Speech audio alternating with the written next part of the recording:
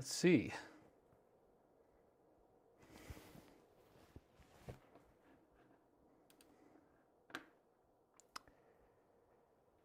Okay, everybody, can you hear me okay? Let's see. All right, can you guys hear me? Can you see me? Is everything cool? You got audio, you got video? Perry Wickus says it is disappointing how disrespectful David is of our time. He is repeatedly late. Well, okay, how about you try it? How about you try live streaming? See if you like it, all right? It's only 5 minutes. Come on, buddy. Okay, good. You guys say you can hear me. Don't fart. Lorgic says don't fart. We can hear you. Well, I don't plan on doing that. If I do, it will be very silent and not something very audible. You know, I've never actually been able to like see everything that you guys are saying at the same time that I'm talking. Okay, somebody says I'm dark. Oh, I see I have a Kleenex tissue in my eye. That's not good. I just put the eye drops in. Okay, well, clearly I don't want to, okay, you guys all can hear me, so that's good. That's all we really wanted, so let's go to this one. This is probably going to look better too, not be as dark.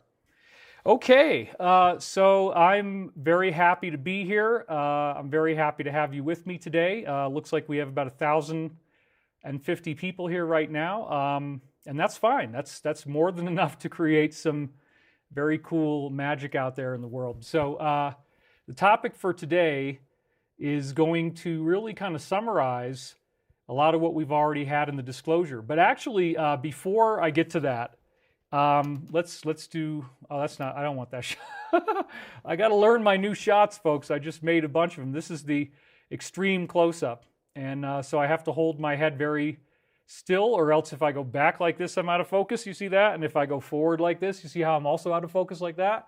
So there's this sweet little zone right here, and everything's white on my face. I get all these white lines, and I can see exactly when I'm in focus. So that's what you do when you have a really, really great camera like this, in order to make sure that you're not out of focus. So this is very cool, all right? One of the people on my board of directors is a finance person, and he has been helping us. This is the Stavati board of directors, of course, and so he's been helping us find the money that we need to get this project off the ground. And he has spoken to multiple insiders who are at the very highest levels of the good guy military. And independently, without each other knowing what the other one was saying, they all have told him, don't worry about what's going on in the world right now. We've got it covered. And when all this stuff comes out, you will definitely know when it has begun. So I would assume that this is our so-called mass arrest scenario or something having, there's a lot of interesting, very interesting intel out there about a mass distribution of new information that could be coming in the coming year. And that could be a very, very interesting thing. I'm very, very excited about some of the stuff that we're hearing. And I can't really say all that I know at this point, but again, multiple insiders who work with one of the finance people in our company who are high-level military people, they've all said, when it begins, you will know. And it's going to be totally amazing. It's going to change everything that we thought we knew about history forever. It's going to rewrite the history books. It's going to force a completely new interpretation of everything that we thought we knew. And the other thing he said is that it's going to be incredibly, incredibly thorough. No stone will be left unturned. Nobody's getting out from under this thing. It's going to cover the whole thing. It's going to be so mind-blowing. There's going to be so many new pieces of information coming out. Somebody said, his teeth look great. Did he get them lasered? That's Andrew Brown. Well, I actually had veneers done, and I have a cracked one that's hanging on right here by a thread. So this is very annoying. If I touch it with my tongue the wrong way, it pops off. And I had one pop off down here that has a cavity on it underneath. So I have to go to get to these things done with the dentist. But I actually wanted to get this show done first. And so that's how hardcore I am, is I evaded going to the dentist to make sure that I would be able to do this show for you today. So anyway, this is very exciting because if these briefings are true and we are on the verge of some sort of very major announcement, this will change the physics. This will authorize new stuff, and it may actually become easier, as silly as this might sound to you, it may become easier for us to theoretically be able to levitate in the aftermath of this information, because the law of one essentially describes, oh, Elizabeth Zowell says, I'm just going to say it, you are looking good. Well, thank you. I wasn't really sure about the hair or not. I asked my film buddy, Jim, Jim, should I just cut this or like leave it on? Dude, leave it on. It's great, man. It's great. So what do you guys think about the hair? I mean, if it's probably all different opinions. Somebody's saying, why is it so dark? Well, look, it's a dark shot. Gosh, you guys are so whiny. I mean, really? All you can do is write comments to flame me and piss me off? That's why am I doing this, okay? If you're not going to be nice to me, I'll shut it off, all right? Yes, it's dark. I'm sorry, okay? This is the shot that we got. You want a bright one? How about this one? Are you happy now? You happy if I do this? Is that going to is that going to reduce the hate that I see? Okay, the hair is good, and leave it on. All right, all right. What kind of guitar is this? Well, this is a, I'll show you in this. This is a great angle for this. This is a, you know, classic Telecaster, Fender Telecaster, Stratocaster. Oh my God, Stratocaster. But it's got neon blue, which is really, really beautiful. So I love this guitar. However, if you guys really want to know what's going on, hold on one second. I'm sorry to get way, way off track here, but this is the guitar that I really, really like to play right now. This is the Northwood, okay? It's very, very nice. It's a very, very sweet guitar. And I've been working on a lot of stuff here, so at some point before too long,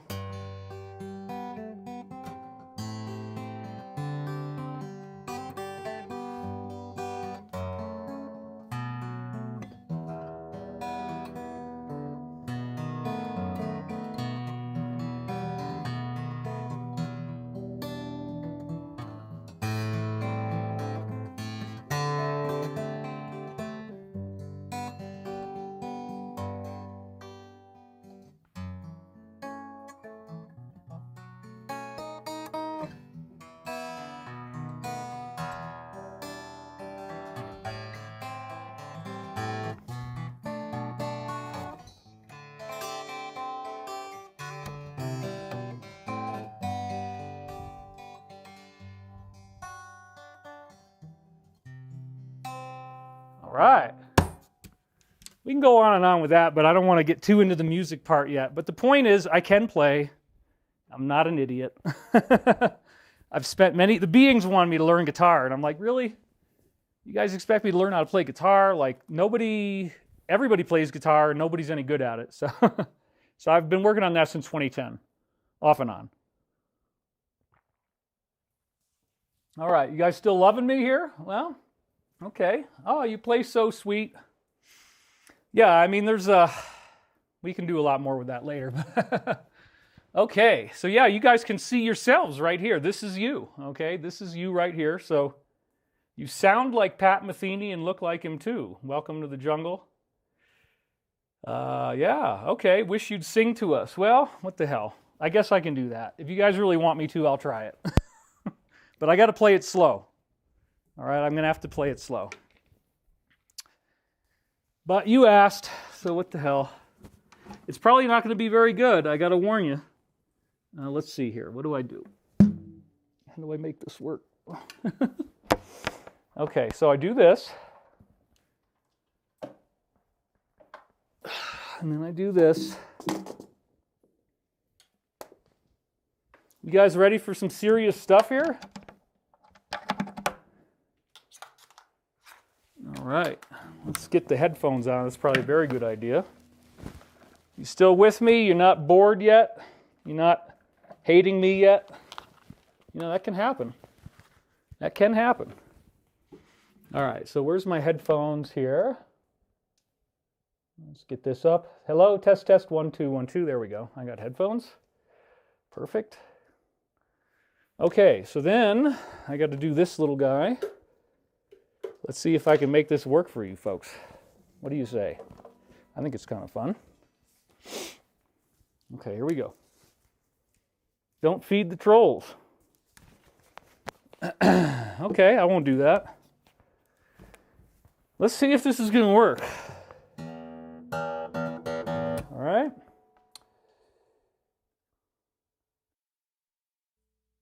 Audio. Test 1, 2. Oh, you like that? Whoa! That's some crazy reverb. And right now it seems like my voice is very, very loud. Hey! Well, yeah. Sorry. Let's get that down to a manageable level. All right. You guys really sure you want me to do this? Are you really sure you want me to do this? It's a lot of peer pressure. Be more confident. E.V. Nia says, please be more self-confident. Stop thinking you are bad or terrible. All right. You guys ready to do this? Let's do it. I'm going to start really slow. I'm going to actually take the chair down a little bit too, because then you can see me better. Here we go. Just got to get fully relaxed. This is the thing, I get really nervous. Okay, here we go. It seems very, very loud. Hold on. Let me just give myself a little bit less guitar here. Sorry, everybody.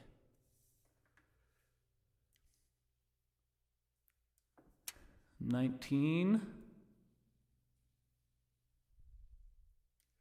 All right, you're like, I don't know if this guy's going to be any good. This could be a whole bunch of wasted time for me.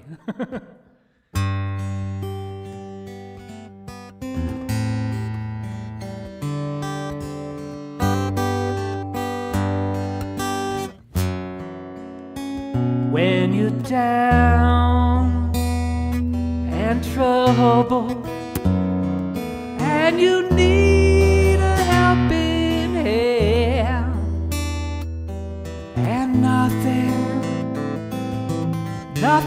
is going right, close your eyes and think of me, and soon I will be there to brighten up. Oh, fuck. Even your darkest night. You just call out my name, and you know wherever I am, I'll come running, yeah, see you again. Winter, spring, summer, or fall, all you got to do is call, and I'll be there, yes I will. You've got a friend.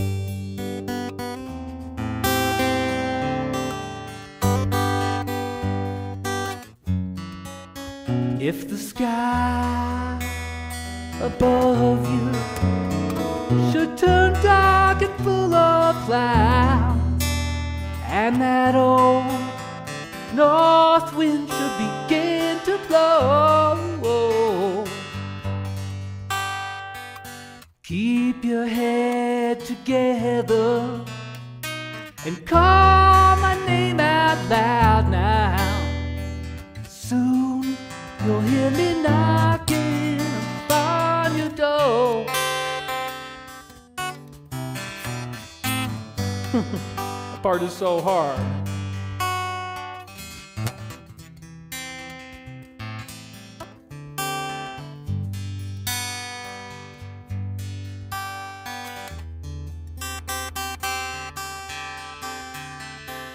Winter, spring, summer, or fall, all you got to do is call, and I'll be there, yes I will.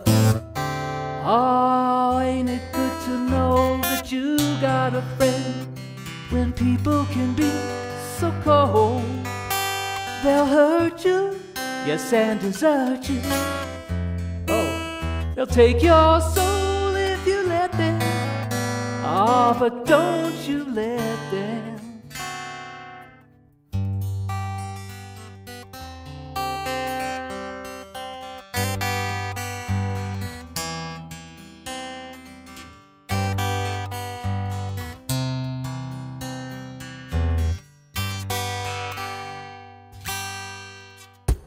That was pretty freaking bad. All right, well, all right. Thank you. Thank you for indulging me in that. Let's turn the regular microphone back on. Okay, so now I sound more normal. Pull that out, pull this off.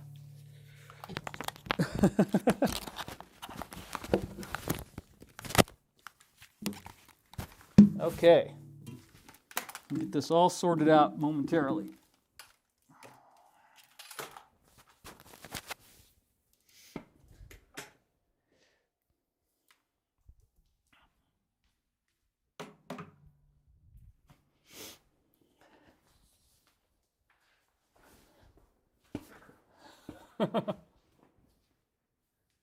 Oh, well, thank you. No, it was not bad. All right, all right, all right. You guys don't hate me. That's good. We like that.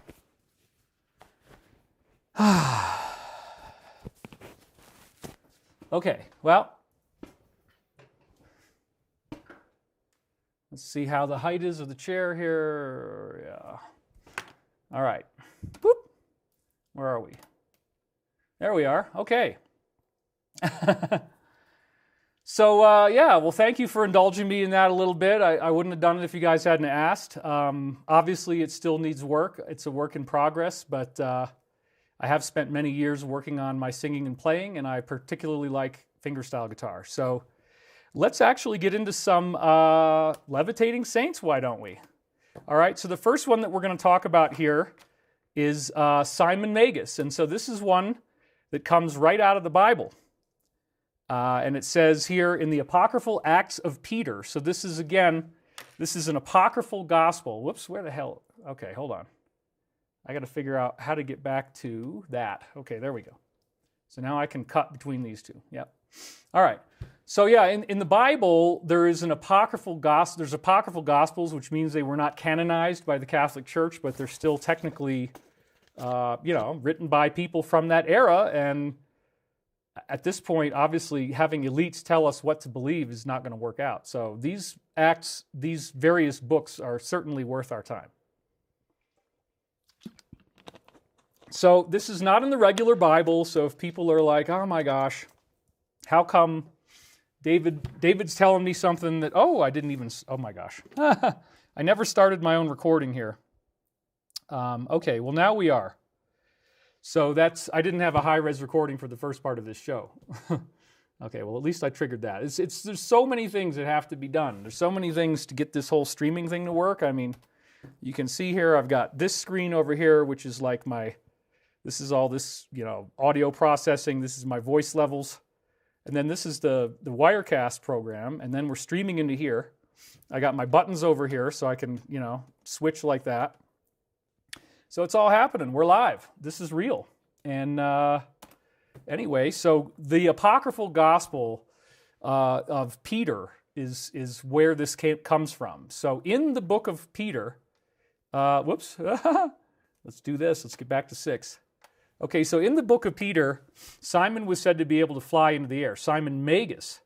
Now this is what's so strange, is that Apostle Peter prayed for Simon Magus to stop flying.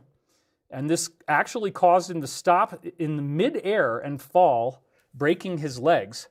The crowd then stoned him to death. What a nice reward for having the power to levitate. Huh? Isn't that the way that it works these days? Oops, well, it must be the devil. It's the only way that this guy could have been levitating. So, of course, we have to stone him to death, and then they have a church that they built on that very spot to acknowledge that the event did happen. So, again, if the church of Santa Francesca Romana was built in this spot just to commemorate this guy levitating and then Apostle Peter praying and he falls, well, this is actually a very common thing. And a little bit later in our show here, we're going to be talking about it's very distracting. You guys are like throwing all these different ideas at me. It's a lot of stuff, man. I've never really done this before. And also my picture quality just looks terrible. I mean, I don't really see a lot of good quality here at all in the video stream, which sucks because it's supposed to be very good. But But I think this could be because of what we had with the wind and maybe the dish is off. So anyway, the point is that when you have people who are levitating, there's another case we're going to go into a little bit later called the noctambuli.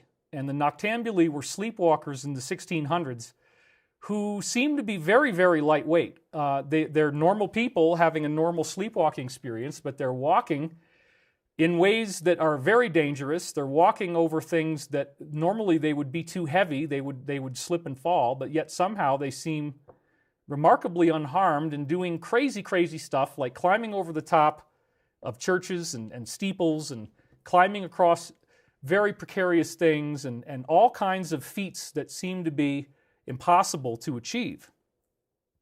So the next one we're going to talk about here, well, getting back to this point then, when you have a saint who's been stoned to death, this just shows the severity of that incident, that people were so freaked out by what they saw that they didn't know what to make of it. So clearly this is not like the most hospitable place to be levitating. So if you do get this to work from my teachings here, I assume no legal liability for whatever might end up happening to you from levitating. Okay.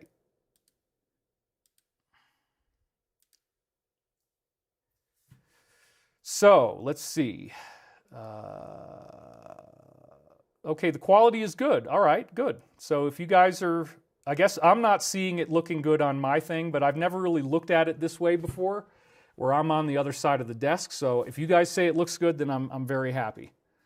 Charles Turner, MD, the longer hair is great. Don't cut it. Thank you. Everybody seems to like the hair for the most part. Why did Peter want him to stop levitating? That's a good question. PM Ligati.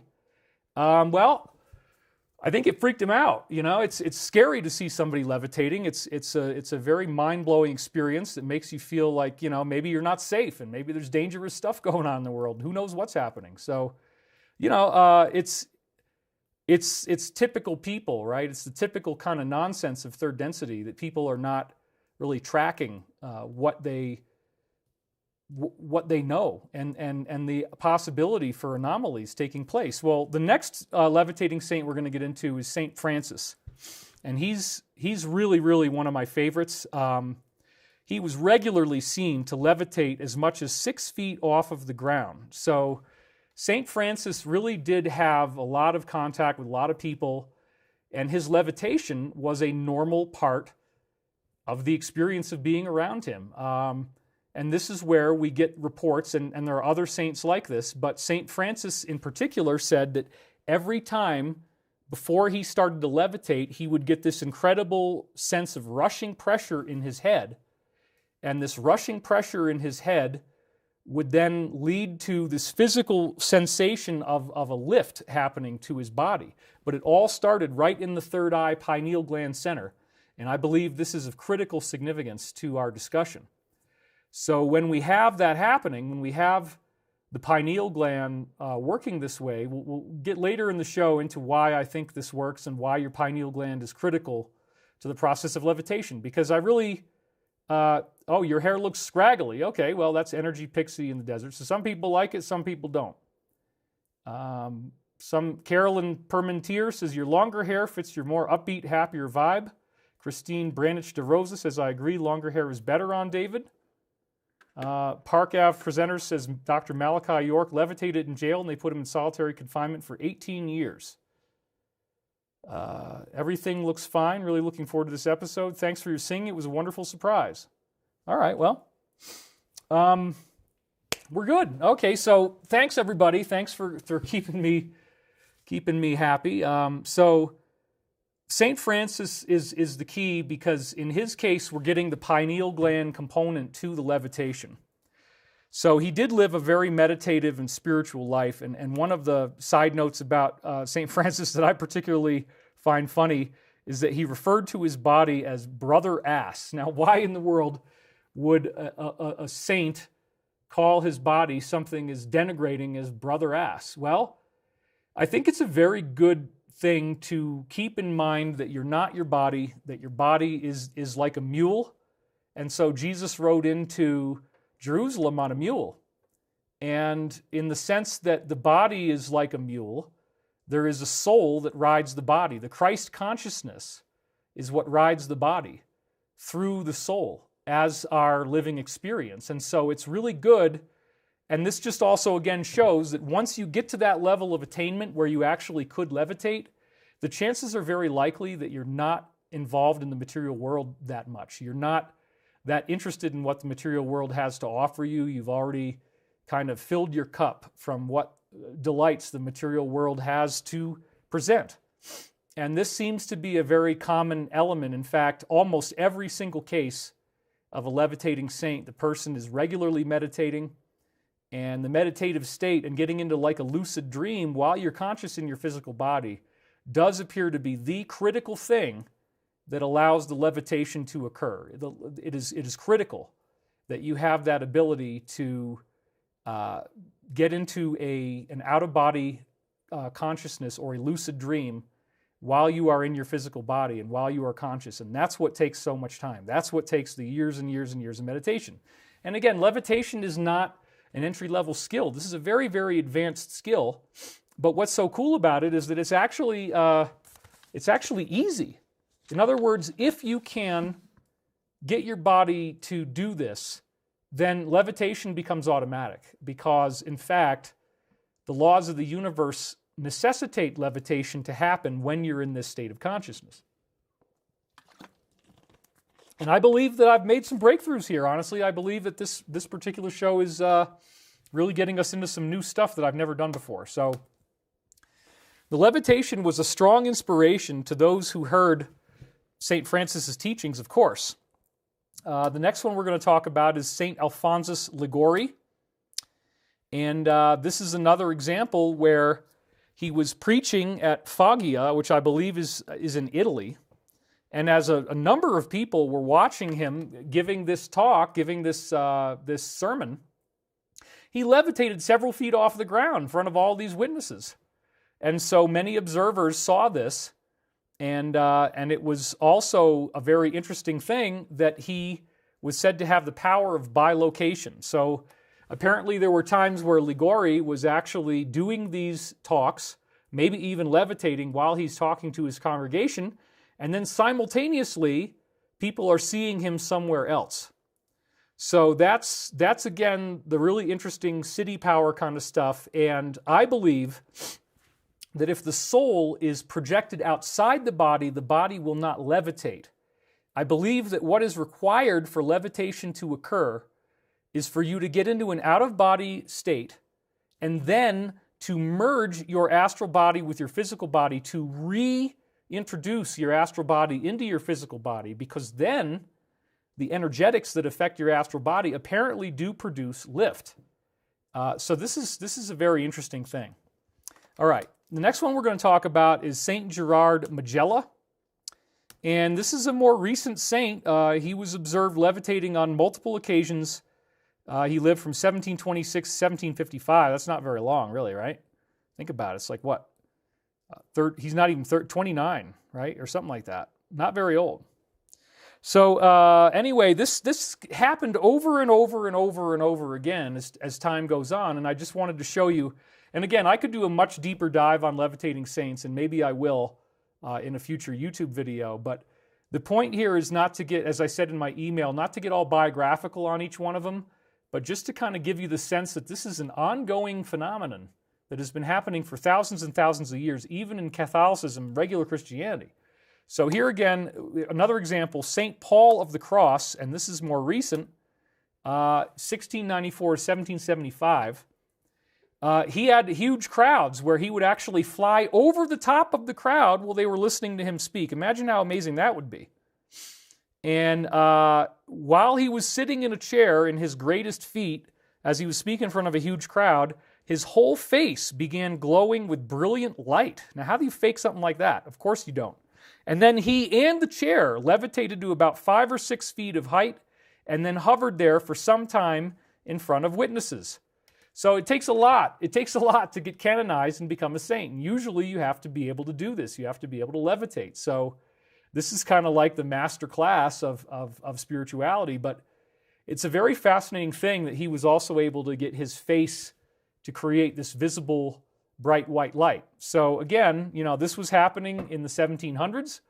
And so this is not anything that's just ancient and only happened a long time ago.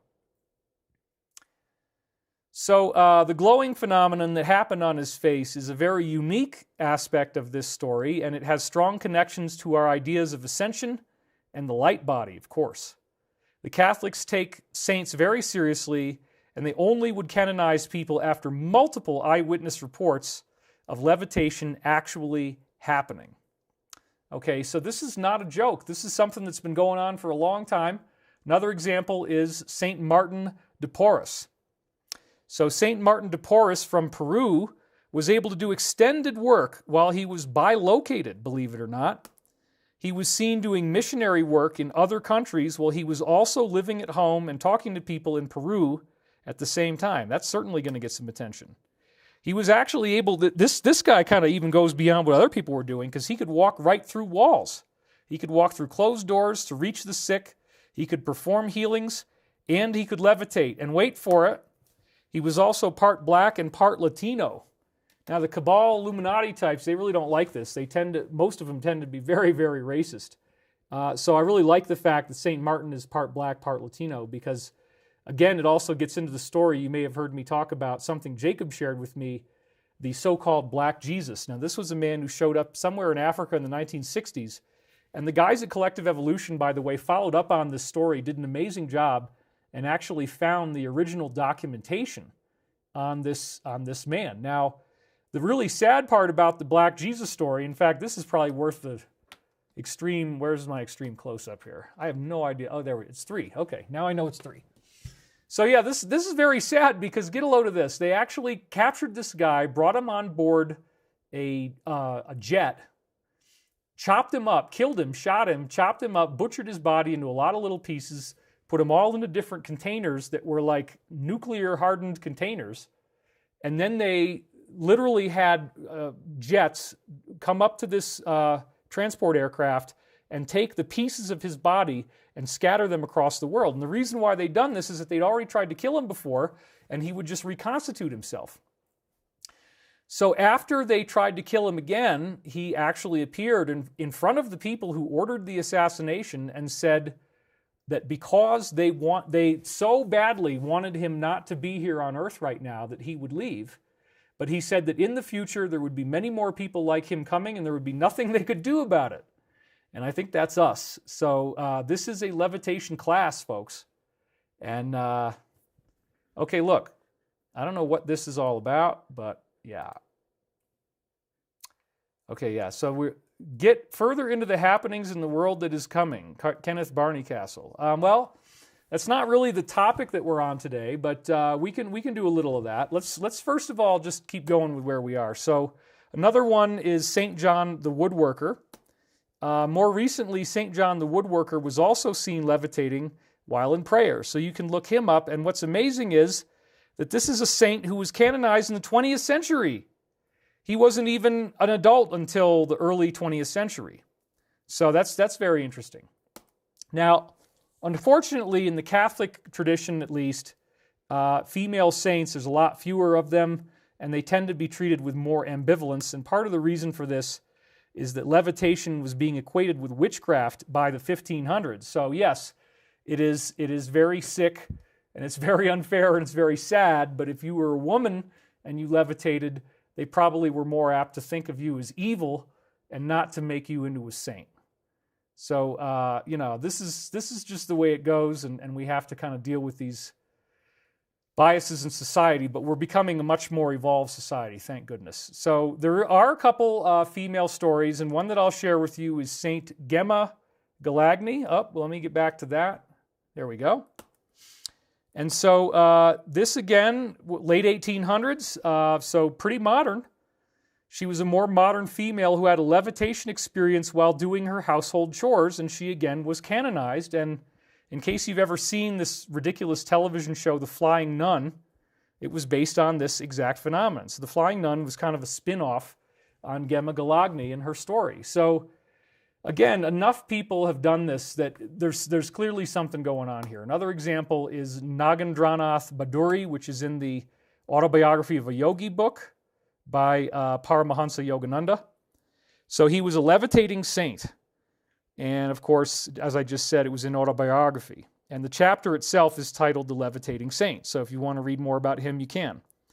Now, one of the things that happens when you read Yogananda's work, there's this inner tradition amongst these Hindu ascetics and Hindu yogis that you really don't want to show off. You don't want to just levitate for people who aren't really ready to see it. It can be actually a very bad thing. It can cause you to lose your rainbow body and the whole reason why you're doing all this stuff. So the levitation seems to be more of an after effect and not the ultimate goal. However, when you're dealing with these Hindu ascetics, they're trying to get to rainbow body. They're trying to just escape the universe and all forms of reincarnation.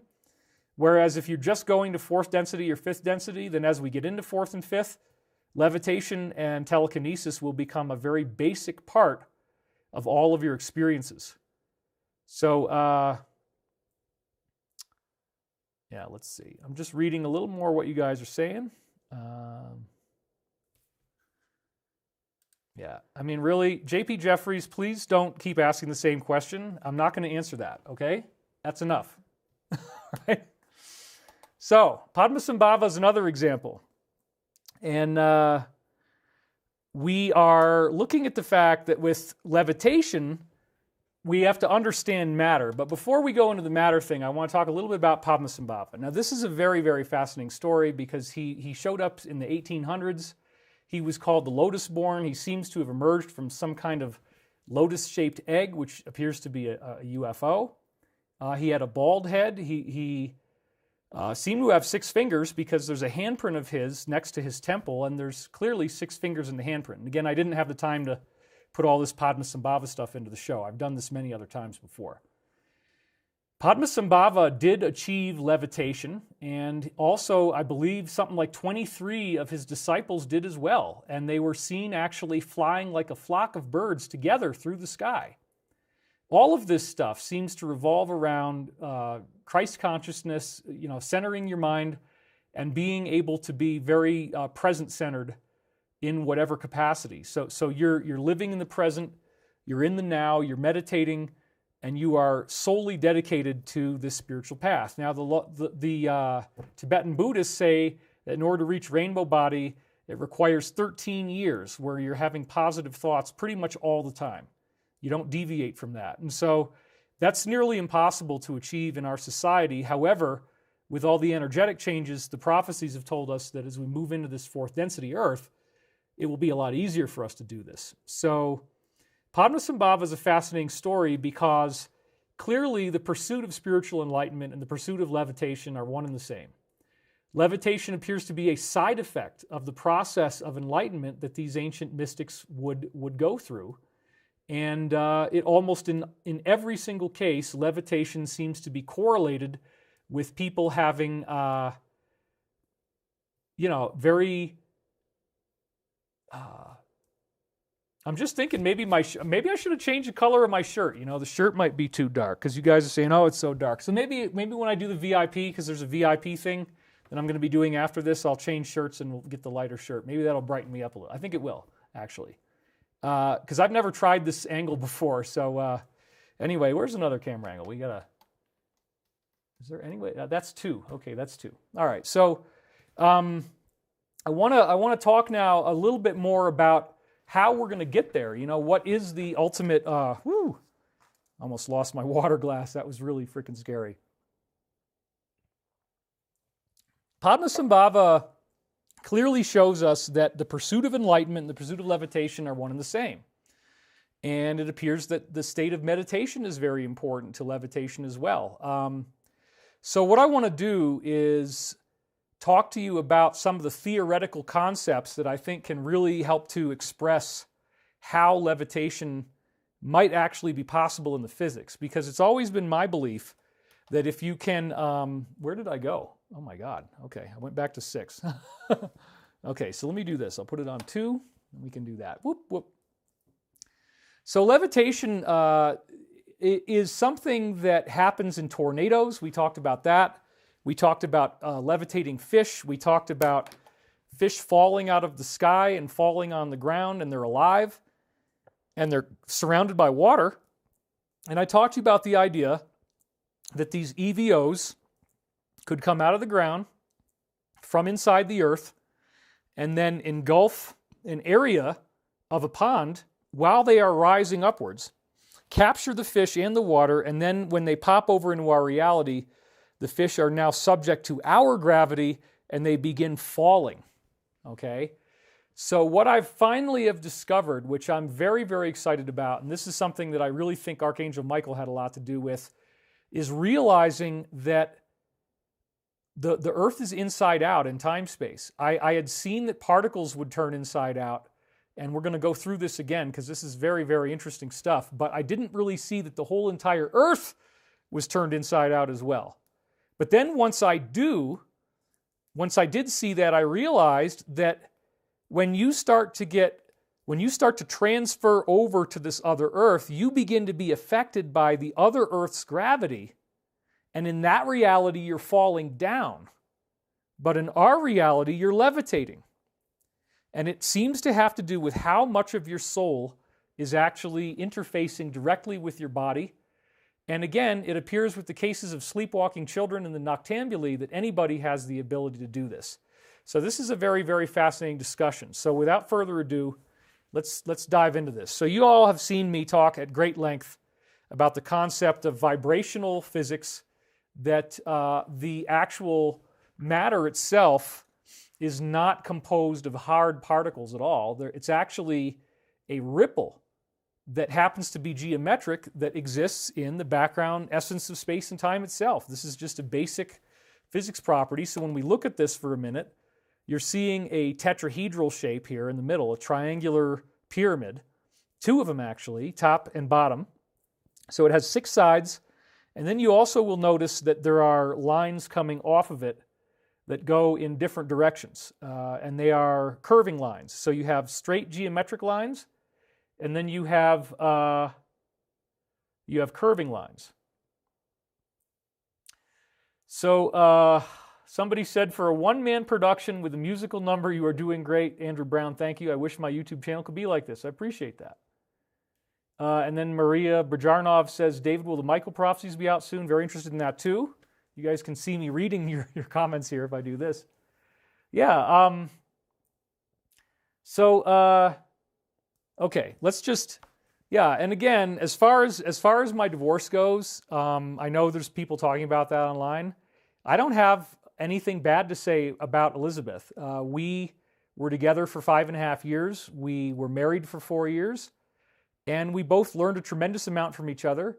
And I think that this is something that is ultimately going to be positive. I don't really have a whole lot more to say about it than that, and I just want to focus on the content. Okay, so you guys don't need to gossip about me. That's not really going to help anybody. All right, so let's go back to the slide now, and we'll get this going. So, as we change shapes, this is the same drop of water, and what we're seeing here again is droplets of particles of sand inside the water. So that's right. As you're looking at this, you're seeing these lines being formed by water that used to just be muddy and had no structure in it at all. And then by simply playing sound frequencies into the water, all of a sudden these amazing, amazing patterns are showing up. And if you look at the right, you can see 2 tetrahedrons, whereas if you look at the left, you have cubes within cubes within cubes, and they're offset from one another. So you'll notice that there's a diagonal offset to the square on the left. So this is really fun stuff, because when we start to understand this, there's a reference in the Law of One to a tesseract, which I never have really hit you guys with before, regardless of any previous talks I've done, and we're going to get into that today. So this is now 12 different vibrational phases of the same droplet of water, and again, this just shows that as you change the frequency, you can get very different structures of geometry as well. And as far as physical matter goes, when you look at multiple cellular structures forming in like a pan, if you just have a pan of muddy water, then what might happen If matter's frequency changes, like if you crank up the frequency, well then, perhaps you get something equivalent to dematerialization. So as you guys probably know, and I've said this many, many times,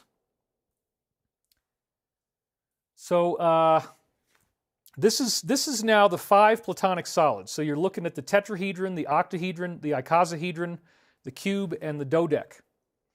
And here's another way of looking at them. So in case you guys haven't seen this before, these are the basic shapes that actually grow in liquid. So I can't stress this enough. People get all confused about the geometry and they don't understand it and they feel like they came in late to science class or something. It's a lot simpler than you might think because, again, all you have to do is vibrate something, in this case water, and look at the geometry that we're seeing. Well, these 5 shapes are really the primordial shapes, the 5 main primordial shapes that are the most important in the universe, because if you look carefully at them, each of the faces is the same shape. It's either usually a triangle or a square, except in the dodeca it's a pentagon. All of the lines are the same length, and then all of the internal angles are the same angle. And so that's the 3 key characteristics that are very important to understanding this. And then another thing that's very important to see is that they actually all grow out of one another geometrically. So in order to show this, you can actually study this here, and you'll see that in the center you have the icosahedron, and then that is surrounded by the octahedron, which is blue, and that's the most difficult transition to visualize. After the octahedron, it looks like we're going into the cube. Yeah, you can see the cube there in the light blue lines, and then it goes out to the dodecahedron with the red lines. And so all of their geometry interpenetrates one another, and that's why if you change the frequency, if you raise the frequency like in the droplets of water, you get different geometric patterns. It's the same sand, it's the same stuff, it's the same substrate, if you will. It's a science word, but it's the same material, which is then vibrating from the original sound, the aum, what started the universe, the beginning, the origin of all things. So anyway, what we're dealing with here is a new science where now the big critical piece is geometric inversions. And this is the part that up until now, I haven't wanted to make people cry and make them think that they don't know what I'm talking about in science. Oh my God, it's science. Okay, but you got to bear with me here because these same shapes can be turned inside out using these same edges. Okay, so what we see here in this diagram is actually a visible manifestation of something that you can also define mathematically, which is, if I take the cube on the left, let's start with that one, you can see it's orange, and if I was able to have all of the lines, all the corners of the cube be stretchy like rubber bands, and then I could actually turn the cube inside out, a perfect geometric reversal, an inside out, it will turn into that blue octahedron. And you can kind of see it with your eyes as you look at it. And so then we have that. And then over on in the middle, of course, the tetrahedron is the weirdest one because if you invert it, it just turns upside down, but it remains the same.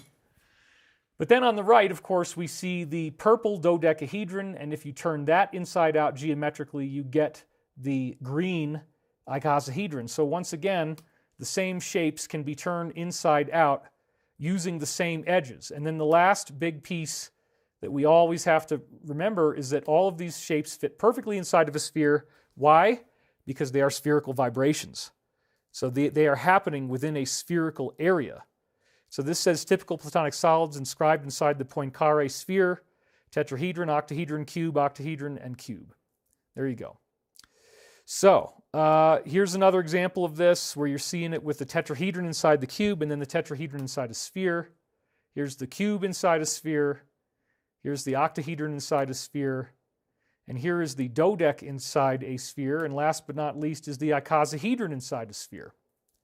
So what's happening here is that as these shapes vibrate, what we're really seeing is a vibration of the sphere itself. There's a central oscillator, there's a nucleus to the sphere, and it's moving up and down, in and out like this, it's pulsating. Those vibrations go out to the edge and they come back into the center, and because the whole thing is in a fluid-like medium, it now appears as a geometry, okay? So I've been sharing with you this whole time, okay, yeah, David, I've got it, and you talked about, wow, that was amazing, David, when you said that the nucleus of the atom is made of this geometry, that the protons of the nucleus are actually the corners of the geometry. And then you were also saying how we're looking at the mind, and we're looking at thoughts and consciousness and how it appears in the mind, and consciousness is showing up as geometry. Let's see if I can cover these lights. Geometry in the brain, you know. So geometry appears to be consciousness, which means consciousness is ultimately a vibration within this fluid-like stuff that's all around us, and we have to begin with that stuff. Then we were also looking at the amazing work of Nima Arkani Hamed, remember, where he was talking about how one shape is something that the whole universe appears to be made of, that there's a single tetrahedron at the center of the universe that everything seems to be made of. And this is a very, very fascinating and complex, puzzling discussion, like how in the world could there be no space and no time, and it's all emanations from this one geometric pattern? Well, that's what the physics actually shows us. So then it gets even more frustrating when in the law of one you find out that, yeah, you also got to turn these geometries inside out. So the inside out component is very critical to this whole thing. And so again, here is the tetrahedron inside a sphere, and we also have the lines of the global grid. If you remember watching previous episodes, we talked about that a little bit. And here is the dodecahedron, same thing, same lines of the grid. So those tiny white lines are really just how they come together. Now, one of the things as you're looking at this that has finally occurred to me is that charge clusters are going to be formed off of these points.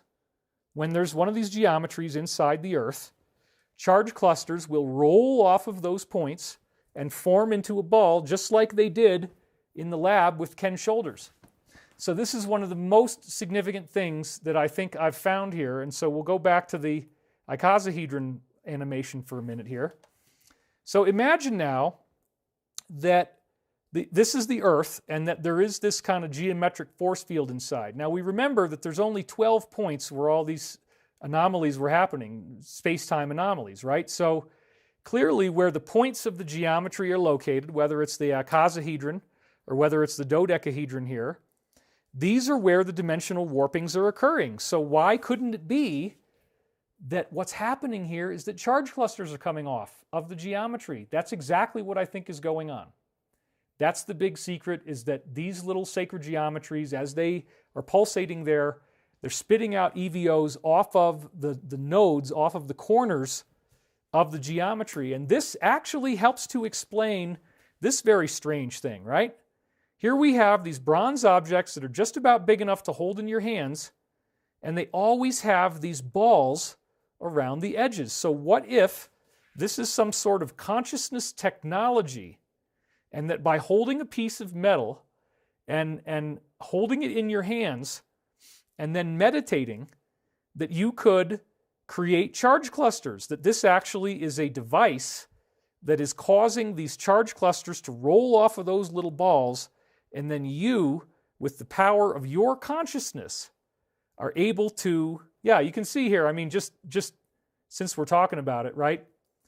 More than 100 of these Roman dodecahedra have been found across Britain, Belgium, Germany, France, Luxembourg, Netherlands, Austria, Switzerland, Hungary. Why are people so interested in making these things? What if this was a key part of the geoengineering? What if you hold one of these things and it focuses your consciousness to help you create charge clusters if you're a trained psychic, which now we're not? And what if with these you would actually be able to levitate stone? Maybe you need a group of people, but we'll see in Tibet they're actually still levitating stone with no technology. This is so amazing. We're going to get to that in a minute. All right. So again, I believe that they were holding these in their hands and meditating and then creating charge clusters, and maybe even the sizes of the different holes. You see how like some of the holes have different widths than other widths? This may have to do with how big of a charge cluster do you want to make? You know, maybe if you tilt it differently and you aim it a certain way, The width of the hole might have something to do with what's coming out. So this was a very, very prevalent, widespread device that so many people had. We probably ought to start making these again and playing around with them and see what happens, because something very interesting might happen while you're using these. Okay, so now I want to talk about the real evidentiary support, as I've said many other times, for this concept of particles rolling inside out. So here's the thing.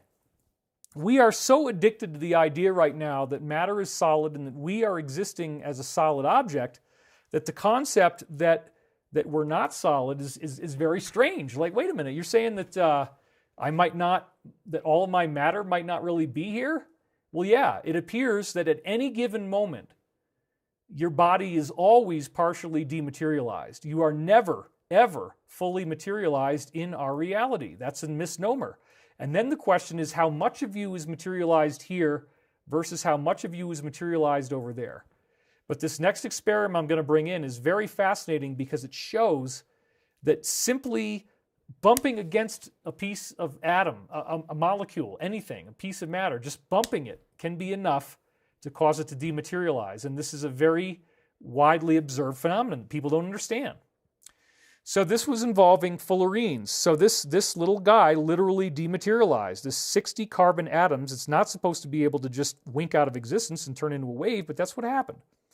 So this was done with the team of Olaf Nares in 1999. These 1 nanometer molecules were shot through a grating, a hole that's 100 nanometers wide. So basically all you're doing here is you're shooting these little buckyballs through a hole. And it's such a simple experiment. An interference pattern resulted, which means that the waves, the particles did not stay particles. In other words, you're slamming them against this wall, and then they got to go through the hole, which probably they're hitting something first. They're hitting the wall first. Just by getting hit, they're going through that hole, but then they're striking 5 different places on the other side at once. Well, wait a minute. There's one in the middle and there's 2 on either side. Oh, that's a wave interference pattern. How did a solid ball of 60 carbon atoms suddenly hit 5 different places at the same time? Well, that's what happens. It turns into a wave, which means that in time, it is spread out. So it is in the past, it is in the present, and it is in the future all at the same time, and that's why we can't see it. So this was the solution to the wave-particle duality that was first proposed by Dr. Dewey Larson, I believe in the 1950s. And he got a lot of scorn for this. Dr. Don Elkins, who asked the questions in the Law of One, was a scholar of Dewey Larson's physics and believed that it was the best explanation for many, many things. In fact, if you take Larson's idea, which I'll explain in just a second, he is able to pay off so many physics puzzles with this idea. It is mind-blowing. The number of different things that it explains is truly phenomenal. And what did he say? He said that there's 2 realities in our universe. There's space-time and there's time-space. And actually, this is what the Law of One called it. He had some other names for it as well. But in space-time, you have 3 dimensions of space and 1 dimension of time. Time is moving forward. They say it's one-dimensional, meaning it's just like a current or a flow. And that flow appears to be associated with our orbit of the Earth around the sun, and then that orbiting the galaxy, and so on. The movement of the Earth through space is what's causing time to be powered. Then we have this very strange concept where somehow everything flips inside out. And Rudolf Steiner had, as I said, many psychic visions, remote viewing of this, where many people reported that once they got to the state of meditation, that they noticed stars like in the universe inside their body, as if their body was filled with stars and their body was the universe and they were the outside boundary of the universe. So this is where the whole thing gets really, really crazy, and why I had such a hard time seeing that the Earth could be inside out. But it totally makes sense now in light of everything that we're looking at. In other words, that let's just go back real quick to that slide that I had before and just hit you with this concept for a second, okay? Imagine if this icosahedron inside the Earth and this dodecahedron inside the Earth are actually the same shape, just turned inside out. Because you got an inside-out Earth and you got a regular Earth, and so it's actually the same geometry, it's the same intelligence, it's just got two different positions. It's either inside out or outside in. So this experiment by Olaf Nares was performed at the University of Vienna in Austria, and what it actually shows us here is that, let's go back one thing. It shows us that this is a basic intrinsic property of the universe. Wave-particle duality means that particles are turning inside out and they're spreading out into the past, the present, and the future, at which point they become waves. The law of one has been right about so many things that when they say that Dewey-Larson's physics is right, I believe them. And the simple fact is that the Larsonian model explains more physics, more of how the universe works than anything else. David Saldana says, thank you for breaking down this information. It is mind-blowing. Really helps in understanding this all much deeper. And then Timothy Smith says, Daniel, Dr. Bruce Perret was fantastic. He knew Dewey's work inside out. He was a fantastic scholar. So yes, I did live with Bruce Perret for, I don't know, a year and a half, something like that, a long time. And he was the Montauk whistleblower. So he also was, now that he's deceased, I can say this, he was also probably the world's leading expert on Dewey-Larson's physics. And so I had many, many conversations with him about Larsonian physics, which were way more intricate and way more detailed than I'm ever going to want to bother you with here. However, the point is that, as I said in some of my books like Source Field Investigations, the burden of proof has been satisfied. This does appear to be the way things work, and it appears that turning everything inside out is the key. In other words, when you look at atoms and molecules, they have a certain shape, they have a certain geometry. We've talked about this. But then if you bump them, like in the Olaf Nares experiment, right, they're now turning inside out. Whoops, I thought I had my slides there. They're turning inside out, and they're becoming waves. So this is, again, just a very, very fascinating effect. And now here's a macroscopic effect that you may have heard me mention before, the infamous Nikolai Kozyrev cannonball experiment. All he did here, folks, and I got to remind you before we go any farther on this, that this is true for all matter, okay? Everything is going to do this. It's not just cannonballs. It's a basic property that we don't understand right now, but it works. So you drop a heavy metallic object, in this case a cannonball, on a solid concrete floor, meaning he dropped a cannonball on his basement concrete floor, and then the only other thing he did is he weighed the object before he dropped it, and then he weighed the object again after he dropped it, okay? This is what's so frickin' crazy, folks. Elizabeth Zowell says, insanely fascinating. And Silver M1Y says, smash the like button. Jeanette Hurt says, David, how do you feel about Nassim Harameyn's work? His paper's coming out very soon. I love Nassim Harameyn's work. I think he's a great guy, and he's a genius. And again, since you brought it up, Nassim's foundational paper that won a physics prize in Belgium was where he described the physics of the black hole, and the physics around the nucleus is essentially identical. And he was able to do this with freshman year physics equations. Now, why would it be important that the physics of the black hole and the physics of the nucleus are the same? Well, because the black hole is all about gravity. And normally we don't like to put gravity into the atom, but this is one of multiple ways in which we can show that gravity is actually the source of matter.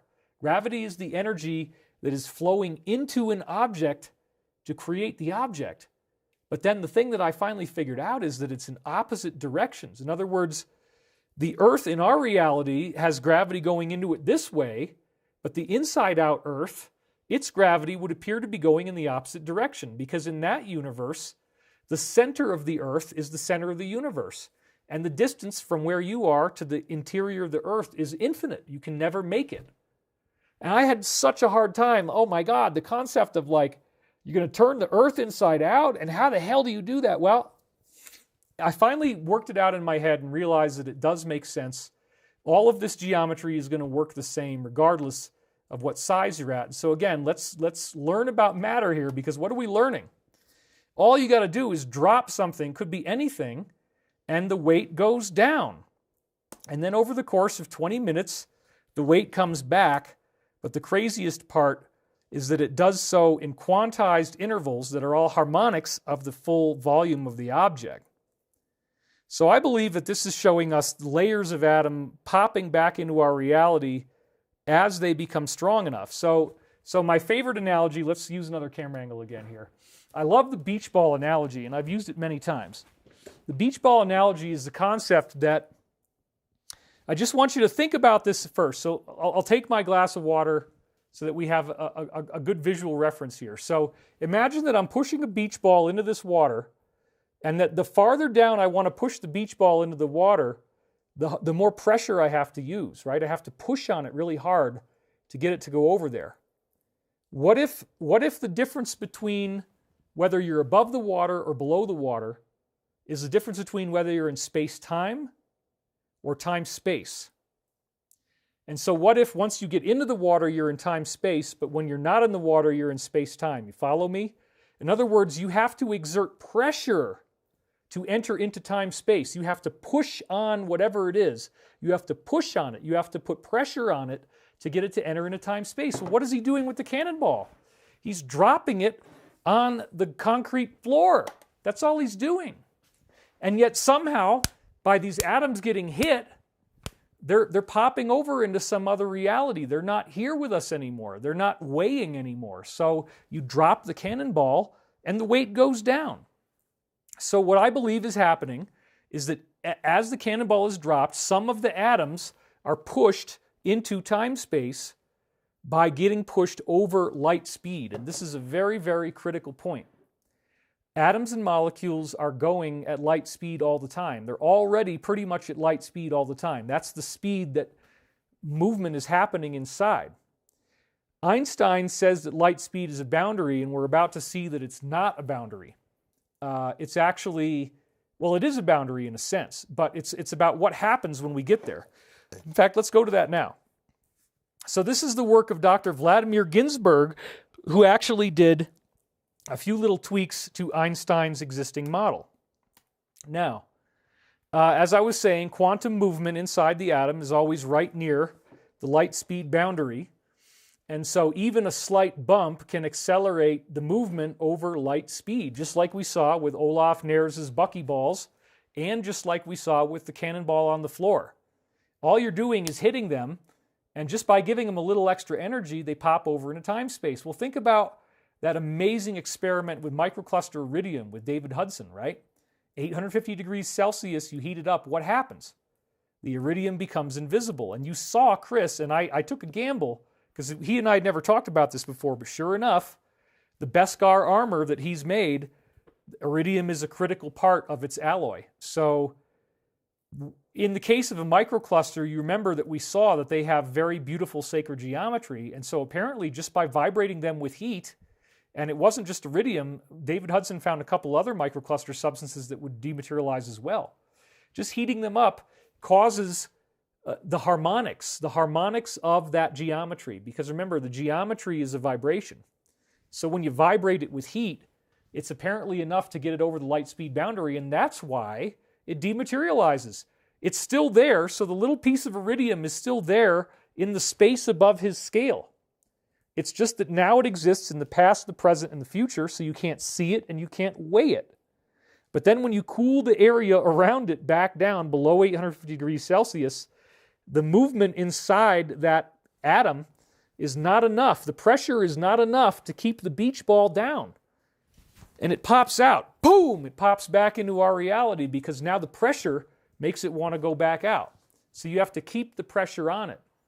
And so that's the light speed boundary. So again, quantum movement is right near the light speed boundary. Even a slight bump, like dropping the cannonball, accelerates it over light speed. And this can cause dematerialization. Okay, so dematerialization we've been talking about quite a bit. The atom is now crossing over into a parallel reality where it spreads out into the past, the present, and the future. It's still a particle, it's just a particle over there and not over here. So our minds may very well be creating charge clusters as well. Our pineal gland is the area of the brain that has the most amount of blood flow of anywhere in the body. And when the pineal gland is active, we are seeing levitation take place. It appears that the halo may be a portal that people can, oh, look at that. Yeah, right there.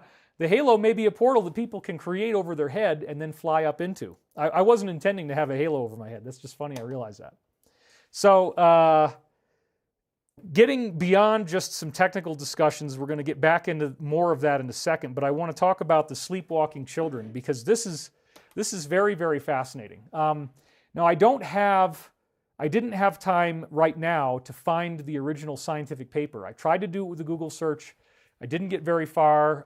I tried really hard. It's somewhere in boxes of my old scientific papers, of which I have 9 feet worth of printed out books from the internet that I used to have on 9 feet of shelf space, and right now they're out there in the garage. Sometime long in the past, I actually did try to do an index where I numbered them all and I have what topics are in each book. And so if I can find that index, I can get to the number and I can find it pretty fast. So I do have a way of recovering this. So anybody that says, oh, David doesn't know what the name of the study is, well, I'm going to find it, okay? I am going to find it. I'm sorry that I don't have it for you right now. But anyway, there was a period of time in the late 1990s where I was binge researching Russian physics as I started to discover what Kozyrev was into, this crazy thing about dropping a cannonball and it weighs less. What the F? What in the world is going on here? I had such a hard time, but you know, this is what you do with science, right? You find the anomaly, and then you say, okay, I want to understand how this works. I want to know what the hell's going on here. I'm very fascinated by this thing. And so what does this mean? And where does this take us as a civilization? And you know, how can we use this? Well, at that time in the late 1990s, there was a scientific paper written by the Russians on sleepwalking children. And this particular scientist had observed, I guess it was happening in his own house, I'm not really sure, but his children were walking on like his wife while they were sleeping. And normally you would think that they would be heavy enough that to walk on your wife's body while she's sleeping on her side in bed, she would definitely wake up, she would definitely be feeling pain.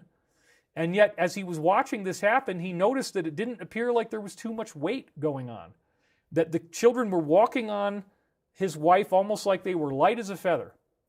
And so he became fascinated by this, and he had read about these legends of noctambuli, which we'll get into in a minute. But what he decided to do, believe it or not, is when the children were sleepwalking, he brought them over to a scale and he weighed them. And so he has something like, I don't know, there's over 100 of these weight measurements of the children. And then he'd compare them to what they weighed when they were normally awake. Now, when the child was actually involved in sleepwalking, the weight would go down significantly. And I'm talking like 20, 30 pounds. I mean, serious, even more. There was, I think some of it was over half, over 50% weight reduction, some of the observations that he had. Now this seems very, very crazy. And like, it makes you think, well, shit, we should all have scales in our beds and measure our weight at night, because what if we're all getting lighter and we don't realize it?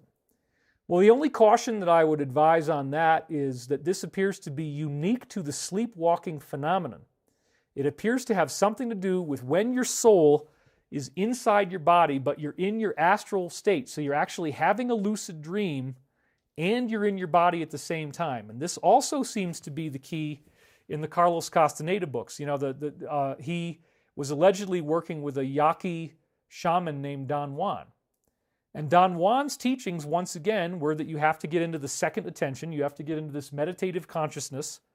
And when you're in that meditative state, he does say that you want to project yourself into your astral form with more depth and definition than you normally do. So the whole Castaneda trick in those books, which I believe Don Juan is real, although I think some of the books were faked, and Florinda Donner came forward and said that Castaneda did fake this material. So Don Juan didn't die at the end of Tales of Power, for example, and I don't think anybody jumped off the cliff and lived either. So it's sad that he felt the need to make up things, but there's still some levitation in there that's true. Daniel Brinkley actually relayed a story to us about how he saw the Don Juan character from the Castaneda books, and that he did see this person levitating, walking several feet above the ground. And also one of the women that was there had this hypnotic command over a bear, where the bear came in and put both of its paws on Daniel's shoulders, and he said that he literally projectile vomited as this happened because he was so afraid of wild animals and being killed that just the shock of this bear doing this was too much to bear. Oh God, why did I have to do that? Yeah, I did it. I went there. Okay, whatever. Anyway, the sleepwalking children is really fascinating because there's no technology required. Why are they levitating? Why are they getting lighter? Well, this is where I started to realize that if your soul is in time-space, okay, if your consciousness over there is in this other reality where it would appear that gravity is moving in the opposite direction, that you're levitating, but you're falling in time-space. But then, as soon as enough of your atoms pop over in time-space, that gravity kicks in, and now you're going down. And so it's totally possible to pop over between space-time and time-space without going up or down, without being caught by gravity. And so to get caught by gravity would be more about the idea of staying in and out halfway. So again, the children don't have any training. They don't know what the hell they're doing. And yet they were able to do this phenomenal stuff. And as we'll see with the Noctambuli legends, it appears that anybody could do this. It's not just unique to this particular man's children. Okay, so we talked about space and counter space. This is a very important part of the discussion. The idea that in this inside-out world, you go towards infinity by going towards the center. So it could also be like the center of the earth. Now that would mean that this earth has very different properties, and the whole reality that you're in has very different properties. In fact, it's almost impossible for us to conceive of an inside-out universe and how this could even be happening, and yet all of the particle stuff works perfectly.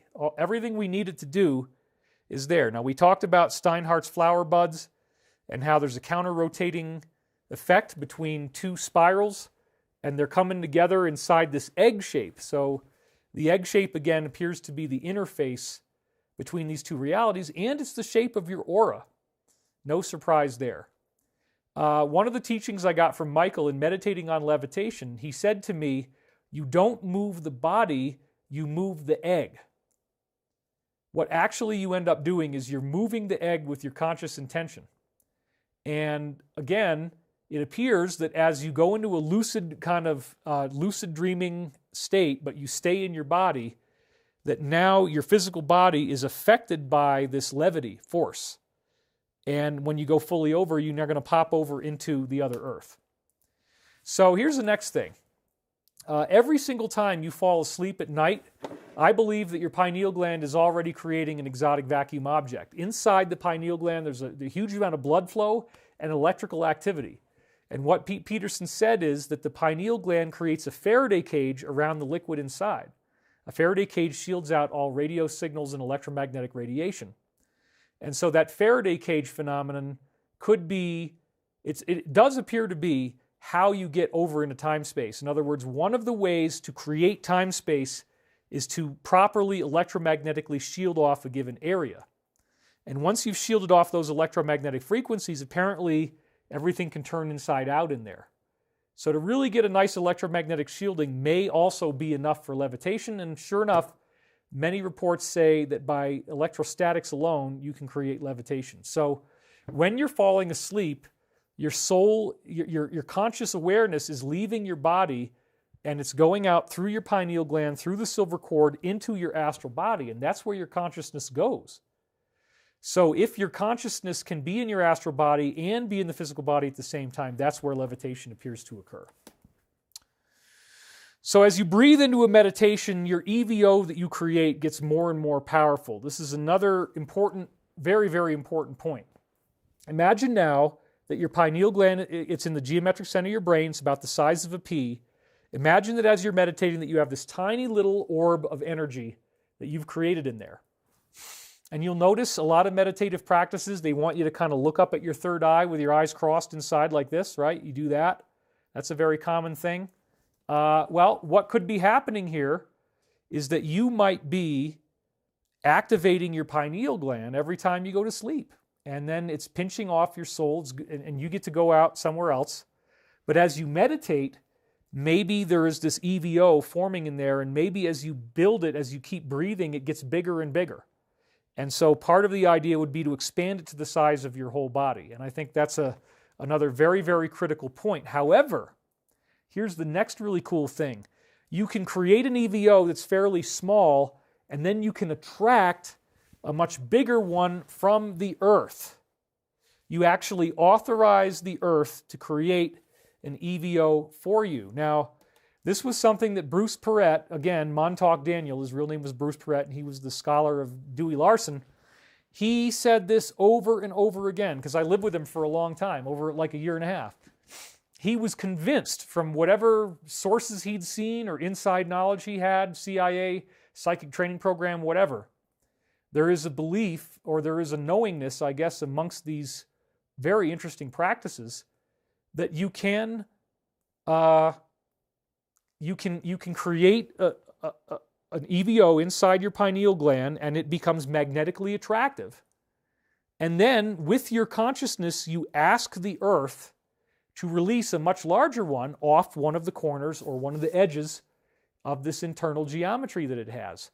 And it will bubble out and do that. And then as this bubble comes up, it's gonna merge with the one inside your pineal gland here. And then at that point, you've attracted something much bigger, and now you have the full power to levitate. You have the power to get things done. This is all the King Arthur stuff. This is really where, pulling the sword out of the stone, and who can pull the sword out of the stone. It has so much to do with the level of consciousness. The earth will, if the earth sees that you are a true spiritual person, that you have a true higher consciousness, then what will happen is that you can go out there and authorize miracles. The earth will trust you if you have done the work on yourself, and the earth will give you the assistance to help you when you need it the most. And sometimes this happens for people who don't have all the practices done. Think about the cases of people where you've probably read about this, right? Where your kid is stuck under the car. There was a show on television in the early 80s called That's Incredible. They talked about this several times on that show. People would be able to lift the car off of the child. And then normally you never could do that because it's way, way too heavy. Well, in that case, the sincerity of your intent to save your child's life, the purity of that intent, and all that emotional desire is creating an EVO in your pineal gland, and the earth says, yeah, I'll let you do that. And it kicks out the EVO, which is invisible, that then gives you enough levitation strength that you can temporarily levitate the car. So the earth says, I'll let your kid live. I'll let this happen. Jacob did say that a lot of the people that have those things happen to them, it seems to shatter your DNA. If you're not spiritually prepared for it, the DNA gets too much voltage and it causes genetic damage, and you actually end up dying earlier. So in a sense, there is a great sacrifice made if you save someone's life with one of these kind of supernatural feats. Apparently, his people on the inside studied it, and many of those people that do this, they blow out their DNA and they have problems with their DNA in the aftermath. So an EVO is also a portal to the spirit world. This is another very important point. Once you get one of these little balls, that is a direct junction between our reality and a parallel reality. And so, believe it or not, spirits can yell at you. There's plenty of reports of poltergeists that are hazing people, making terrifying noises. This is because they're making those terrifying noises in time-space, but when they find one of these EVOs, they got a portal where they can talk to you. It's all turned inside out between their reality and ours, but the point is that these things can happen, and because of the gravitational qualities of an EVO, poltergeists are actually able to levitate objects in our reality. There was an enormous amount of research done into this EVO stuff going back in the early 20th century, like with places such as the American Society for Psychical Research. And let me see if I can get in focus here. There we go. And what we were finding is that these poltergeist phenomena always were occurring, or mostly were occurring, over earthquake fault lines. And earthquake fault lines are a very, very fertile source of EVOs, as are mountain ranges. So when you look at the Earth's grid, you see that the mountain ranges show you where the grid lines are. If you live in an area where there is a grid node or grid lines, like a mountain range, then you're going to have more EVOs showing up. And if you start meditating, you might be able to... Oh, I'm sorry. I'm looking EVO, exotic vacuum object. Yes, okay, so Maureen Damery asked me that. Carolyn Parmentier asked me that. Robin Moore asked me that. Okay, so exotic vacuum objects. I guess not all of you got to watch all of the modules of this course, and that's fine. We're talking about the work of Kenneth Shoulders, who discovered that by shooting electrical current down a needle, that he got these little orbs to form. I just found a quote, I didn't have time to put it in, that when they looked at them on a microscopic level, they are toroidal. They look like little donuts, spherical donuts. And within the toroidal shape, there are a series of points of light that are arranged geometrically within this torus.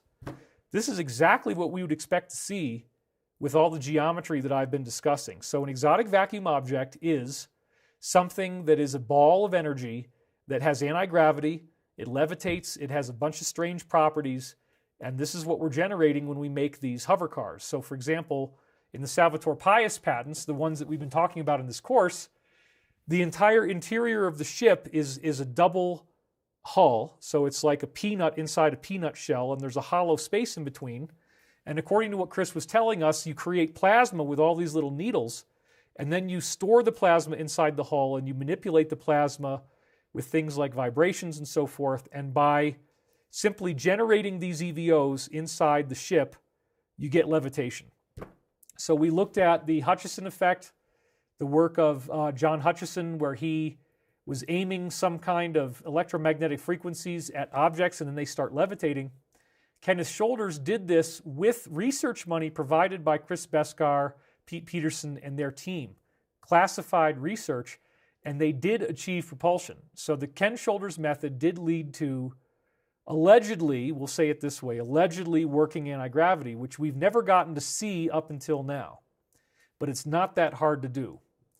And so the theory that Ken Shoulders had about these EVOs is that when they're released, they're not manifest in our physical reality. You can't really see them except for maybe this toroidal collection of points of light at a very small level. They just look like little sparks traveling along, although it's not a spark, it's an individual point that's a torus. Then, when they hit matter, this is what's strange, is they change. As soon as they strike matter, it's as if their physics changes or their properties change, and now there is an immediate, angry, kinetic burst of energy. And so, what I believe, and again, Chris may or may not believe me on this, we may or may not think the same on this, but what I think is actually happening is that as the EVO hits the object, it's causing some of those atoms to flip over into time-space that already were not before. And once they do, they're still locked in this matrix structure with all the other atoms that are in our space-time. But if you hit them and you pop enough of them over into time-space all at once, now they are affected by a gravity from an inside-out Earth. And so they start falling down, but to us, they're levitating. They're falling upward. And again, they're only going to fall upward until they get to the right height where they pop over into that reality, and then their movement will now appear to be going down, and they will start falling down in that reality. So if you're planning on going over into time space, you might not want to levitate too much because you might have to, what goes up comes back down. Okay, so you go up to 20 feet high in our reality, and then you pop over into time space and your body disappears. If gravity completely takes over and you can't keep yourself half in, half out, then you might just fall. And that could be what happened to Simon Magus, right? It's the same kind of idea. What's happening to these sleepwalking children? Why do they not require any advanced training, any technology? They're simply much lighter, and these scary little kids are walking over their parents like something out of The Ring. Oh, it's just scary as hell. But I mean, this is very cool. So yes, poltergeists can yell at you. They can move objects through an EVO. And as we were saying, once you cross the light speed boundary, particles become waves, but they're still particles, just in the inside-out world. Everything flips inside out in physics terms. And again, this geometry we've been looking at gives us such a beautiful solution for this because geometric inversions are solving the puzzle. Atoms and molecules pop inside out all the time. That's why you drop a cannonball and it gets lighter, okay? So there's always this mass interchange going on between how much we weigh and how much of us is over on the other side. And so literally you could be jumping up and down just like the cannonball experiment and actually lose weight. Now don't steal my idea and try to sell a weight loss program, but the problem is the weight comes back after 20 minutes. So it's you might get a little bit of gains if you could just jump up and down really hard and then weigh yourself again. Maybe you'll weigh a little bit less, but 20 minutes later, all your progress is gone.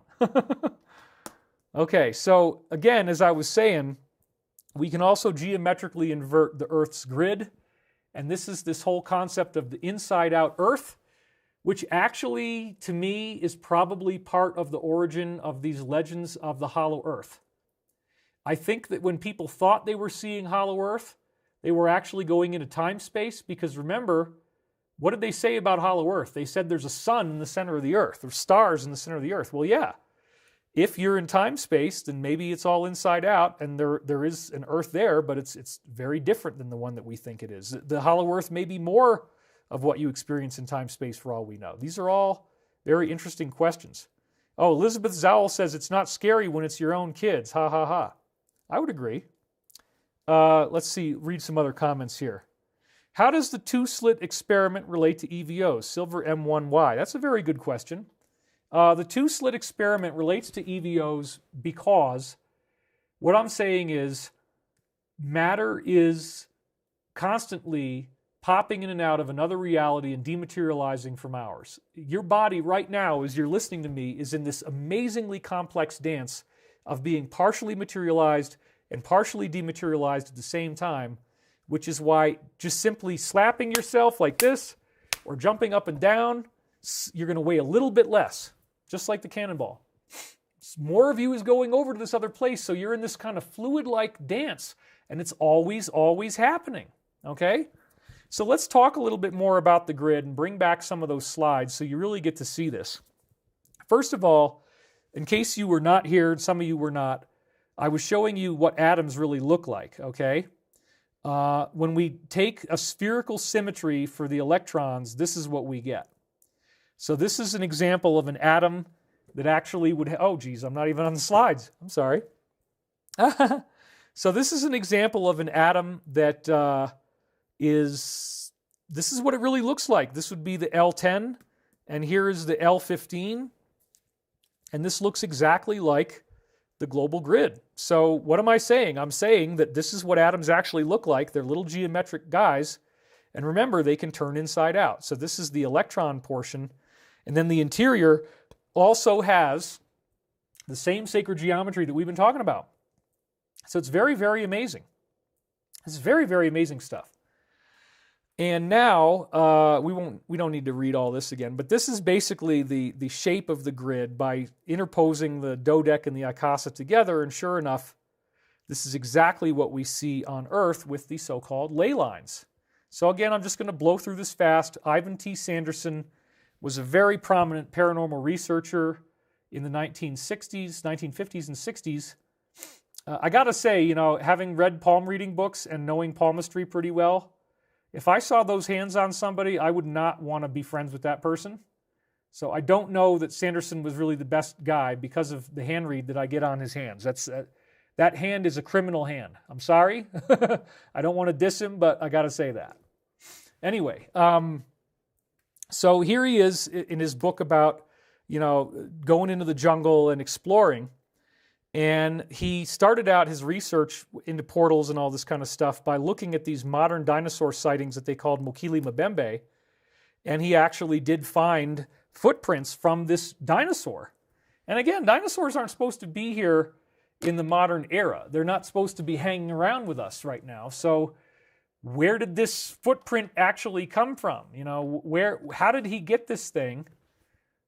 Well, the answer is that apparently in certain places on Earth, these dinosaurs can get in. And these are the grid nodes. And so this was the beginning of him having an abiding interest in figuring out how in the world could these dinosaurs be getting here? Because they're dumb. They don't know what they did. They don't know how they did it, but somehow something caused them to warp through time and come into our reality. So Sanderson was amazing, and he started to put together all of these reports. He was very famous. He had lots of, articles. He was on television. He wrote a bunch of books. I think he actually did pretty well financially as well. He ended up having his own magazine called Argosy Magazine, has some really groundbreaking research in it to this day. But what I liked the most about his work is when he started to try to figure out, how can we drill in on this Mokele Mbembe time-traveling dinosaur thing? What's the secret to how we could understand this? Well, then he realized that there were reports of ships and planes disappearing. And so he started to cluster in every single one of these reports with pins on a map and figure out where are they all happening.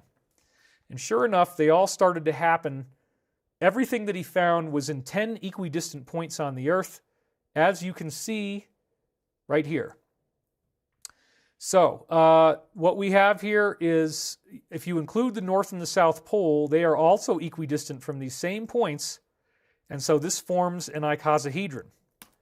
So basically what happens is that as you find all the places, and there's thousands and thousands of these, okay, so Sanderson did an incredible amount of research. Thousands of cases of planes disappearing, thousands of cases of ships disappearing. Bermuda Triangle is just one of them, and Charles Berlitz wrote that book about one of these 12 points. So in fact, Sanderson didn't even recognize that the North and the South Pole should be included. That came from other researchers who said, yeah, if you add those, it'll be equidistant. So he didn't know what he was really seeing here, okay? And he had only found the icosahedron. So going back to the slide, we say, wait a minute, stop right there. Dr. Athelstan Spilhaus, as I was telling you guys, he modeled the Earth expanding through different phases of geometry. And this was in a comic book that he made where he's talking about the Green Revolution, building domes, growing better food. This is definitely where our future is going. We could colonize moons by pressurizing a dome, and then you have an atmosphere. So he talked about how as the Earth expanded that the continents broke apart along equidistant lines that form a tetrahedron. Then there was a cuboctahedral phase, and now we're in an icosadodeca grid. And so this is very amazing, folks. Once again, just like the concept of an infinite center, this is what he's kind of done here, where he's taken the center of the Earth's Pacific Ocean in this case, and now he's widened it out so that the circle, the outer circle you're seeing, is one point in the middle of the Pacific Ocean. If you turn the Earth inside out like this and then you flatten it all out, so this, you're literally seeing the entire mass of the Earth now, with the ring of fire being the center point that it's all modeled around. So all you're really doing is just looking at the ring of fire, modeling some spheres around the ring of fire, and then look at where the mountain ranges are. So all those cross-hatched lines, all those funny lines you see, those are all the known sea floor volcanic ridges and mountain ranges on the surface. So they are mountains. So this is very interesting. As you look at the geometry, you can see, for example, the inner circle, okay, the circle that's connected to all the geometry, it pretty much contacts the entire ring of fire. So that entire circle is causing volcanoes to erupt. And then look at the pentagon on the inside. The pentagon is very neatly drawn by all of these mountain ranges, as you can see here. So, again, this is very fascinating because what the heck is going on here? Geometry isn't supposed to happen on the Earth. This doesn't make any sense. Well, we need new physics. And as I've said, if you could model it as if the Earth's own mantle, the liquid part inside, is moving around, the mantle could actually be moving in the shape of this geometry, and I believe that it is. So I believe, just like with the vibrating drop of water that forms geometry inside, that if you could see the vibrating liquid inside the Earth, there would be flow currents of lava that are physically visible and physically measurable that will show you this geometry. And remember, this geometry is multidimensional. The Bermuda Triangle effect that Ivan Sanderson was getting appears to be caused by bubbles coming off of this grid that we call exotic vacuum objects. And if you are unlucky enough to have one of these come near you and you don't know what you're doing, you get what's called a time slip. You might travel through time, and there's many, many of these examples. So Saturn has this very strange hexagon at the North Pole. Again, very clearly, nature is showing us that geometry is real and it is at work in various locations. So, again, he investigated a massive amount of ship and plane disappearances. 12 key locations is where they were happening. They're equidistant and they form the icosahedron. So this is very, very exciting stuff. And the Bermuda Triangle is just the most popular one, where it seems to be roughly around the area of Miami, Bermuda, and San Juan, Puerto Rico, that triangle that you draw there. So nobody goes through this, even to this day, there's plenty of cases of passenger little Cessnas. People try to fly their little planes in and they disappear. Boats that people try to sail through this area, they disappear. And again, EVOs are popping out all the time. They're normally invisible. But if you're unlucky enough to be in the path of one, you may not be here anymore. You may not even be in our reality anymore. It's just really about timing and the alignments of the geometry as to when these EVOs come out. So again, when we connect all the dots, we get the icosahedron, and this is where it stood as of about 1970, 1971. And then in 1971, some Russians got a handle on this, and they started to think about geometric inversions. Once again, what happens if we take that icosahedron and we mathematically flip it inside out to get the dodeck? What happens? Well, sure enough, you can do this. You can superimpose the lines over each other, as we see here, and then draw that over the Earth. And this is what these three guys did. They put the two sets of lines together, Goncharov, Morozov, and Makarov, and to their utter amazement, every single pyramid, standing stone, Stonehenge, Menhir, cairns, ley lines, Nazca lines, you name it, all over the world, every single ancient stone structure they could find that was made of giant blocks and appeared to be made intelligently, they were able to identify 3,300 of these monuments, and every single one of them was on the global grid. Every single one of them, which implies that the levitation technology itself, to actually get these blocks up into the air, may require the grid. Well, how would it work? Again, exotic vacuum objects. They're popping up out of the earth. Maybe with your consciousness you can direct them. So all 3,300 pyramids, Stonehenge, yeah, and that's what's so amazing. So here they are, posing in front of their version of the globe. And so this is the map that came out. And so literally, by simply taking these two geometries, flipping them over, and again, how did this start? It's just the 12 points on Earth where ships and planes are always disappearing. You put all that together, and you flip the geometry inside out. The icosahedron turns into a dodeck. You draw all the lines, and now every single pyramid ever made is on this grid.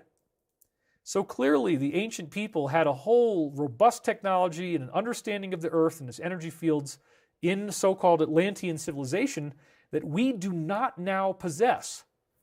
And we don't really understand what they were up to. So most of the people that ended up in the Bermuda Triangle just disappeared and they died. But then we had talked about, I'm just going to do a little of this, Bruce Gernon, who on December 4th, 1970, and here he is next to his plane. This was reported on BermudaTriangle.org. And what he reported was that he was flying through Bermuda Triangle and he saw this. It didn't look like much. It just looks like a weird kind of roundish elliptical cloud in the sky. He's flying towards it. And then as he flew through it, there was this weird like whirlpool tornado kind of thing that looked like it opened up inside the cloud. He ends up flying through this area of complete darkness. And so this part isn't really able to be drawn, but when he flies into this thing, he's in this area of pretty much complete darkness, but then there's these bright flashes of light. And as he's flying towards this one area, the flashes keep getting brighter. It's very strange. This day is turned to night. There's bright flashes. Something very scary is going on. So then he turned and he veered off and he turned away from the light, which is probably a good idea in this case. Don't go to the light. It's a trap, right? So, as Art Bell used to say, right? So then as he turned away and then he started to drive out of this cloud, he saw it dissipating like this. But the key punchline, as we reported before, is he said the remarkable thing is we did not come out of the storm 90 miles away from Miami as we should have. We traveled through 100 miles of space and 30 minutes of time in little more than 3 minutes. So what I think happened here again is that he got into a current where that light was, and it was pushing him and his plane along. And so he moved through 27 minutes in only 3 minutes of our time. Because again, when you go through one of these portals, a traveling of distance is equivalent to a traveling of time. In other words, if your ship completely goes over into time space and you move around in there, you cannot come back to the same time you left unless you come back to the same point that you left from.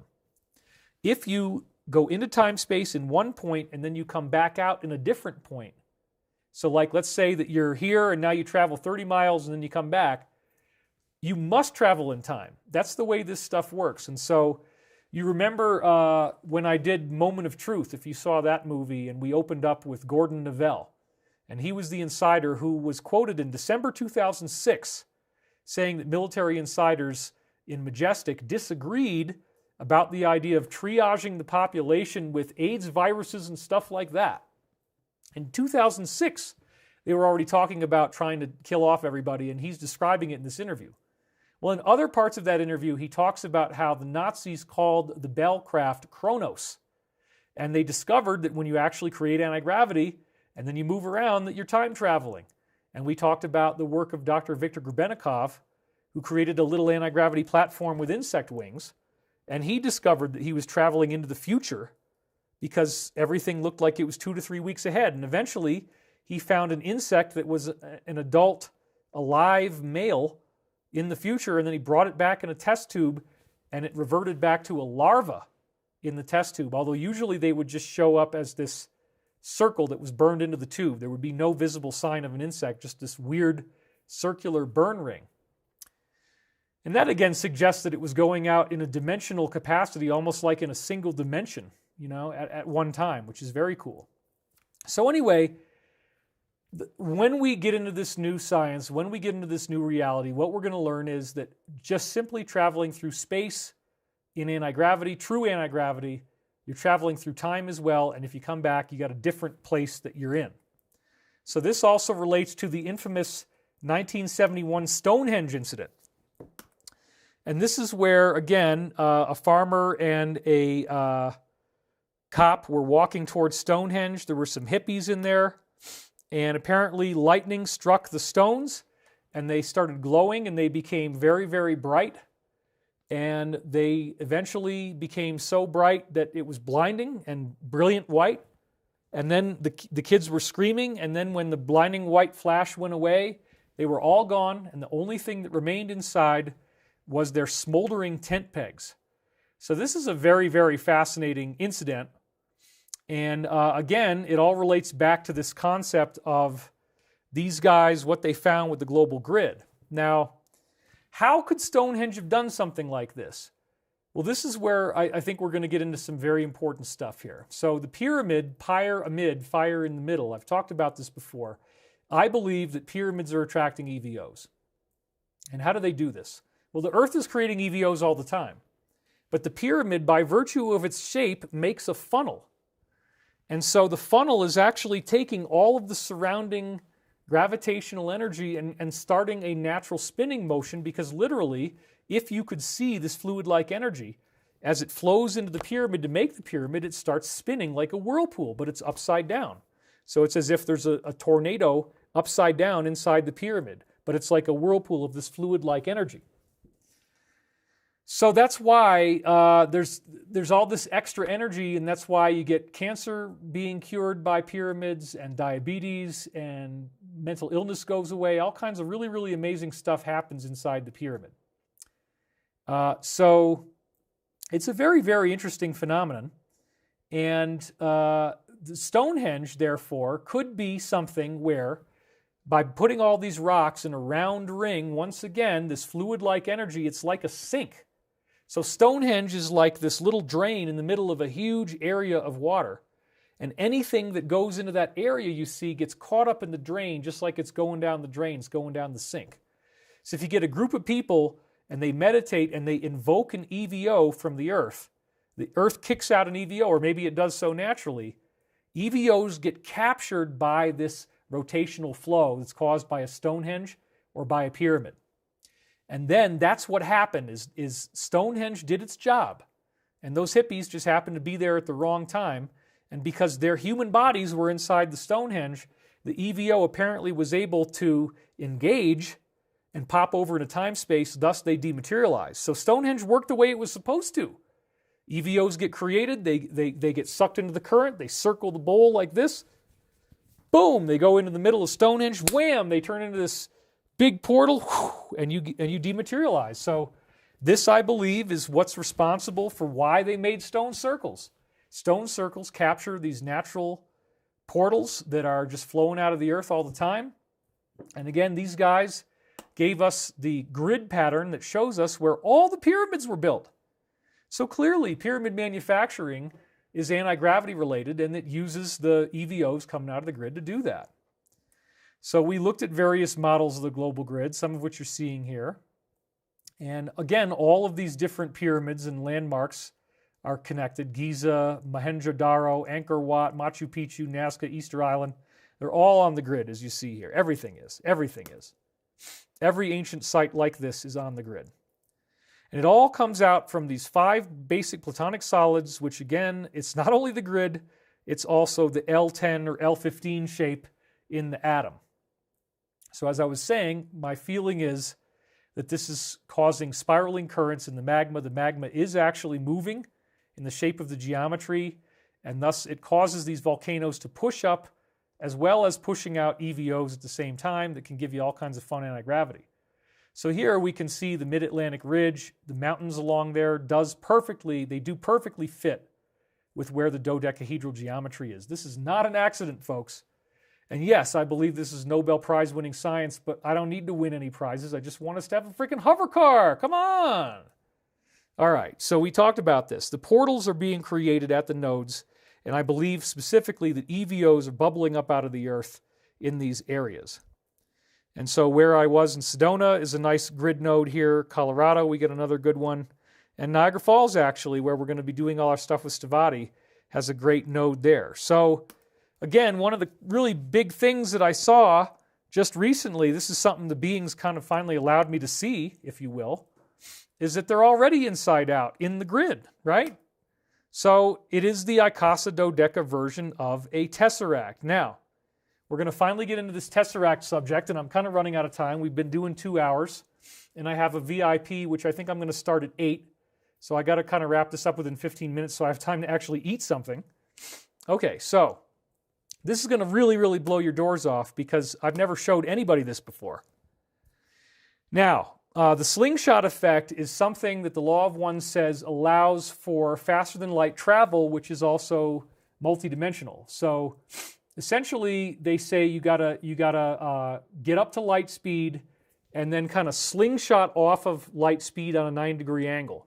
So if your ship is already traveling at light speed and then you move 9 degrees offset from it, that apparently is what they believe causes you to pop over into this parallel reality. But what you're actually doing is that if you're moving at light speed, that means all your atoms are moving at light speed. So then if you move additionally on top of light speed, because remember, moving sideways 90 degrees when you're already at light speed, you're now essentially going over light speed because you're adding additional motion, right? Well, you're already at light speed. So apparently going 90 degrees offset from light speed at light speed is how this effect occurs. But then what's so amazing is what they associate it with. So the slingshot effect, again, is this 9-degree thing. The only thing I can see is first you have to put energy into the craft until it approaches the velocity of light. And this, of course, requires more and more and more energy. The time dilation occurs, and it seems to me that it would be possible by moving at 90 degrees to the direction of travel to somehow transform this stored energy by moving it over light speed, really, so that you pop into time-space. So you move out of space-time into time-space with a 9-degree deflection. So basically he's just trying to reframe stuff they already told him and act like he knows what he's talking about. That's really all this is. Thus, the energy would be taken out in time-space, and you would re-enter space-time at the end of this energy reversal. Am I in any way correct on this? Now, what do you think they're going to say? You are quite correct as far as your language may take you, and, due to your training, more able than we are to express the concept. Wow, they usually don't tell him that he's correct, so this is pretty awesome. Our only correction, if you will, would be to suggest that the 9 degrees of which you speak are an angle which may best be understood as a portion of a tesseract, which is this. What? Dude, when I read The Law of One, 1996, and I'm like, what in the world are they talking about this tesseract for? What in the hell is going on here? And it has taken me so long, so many years to figure out what the heck is going on here.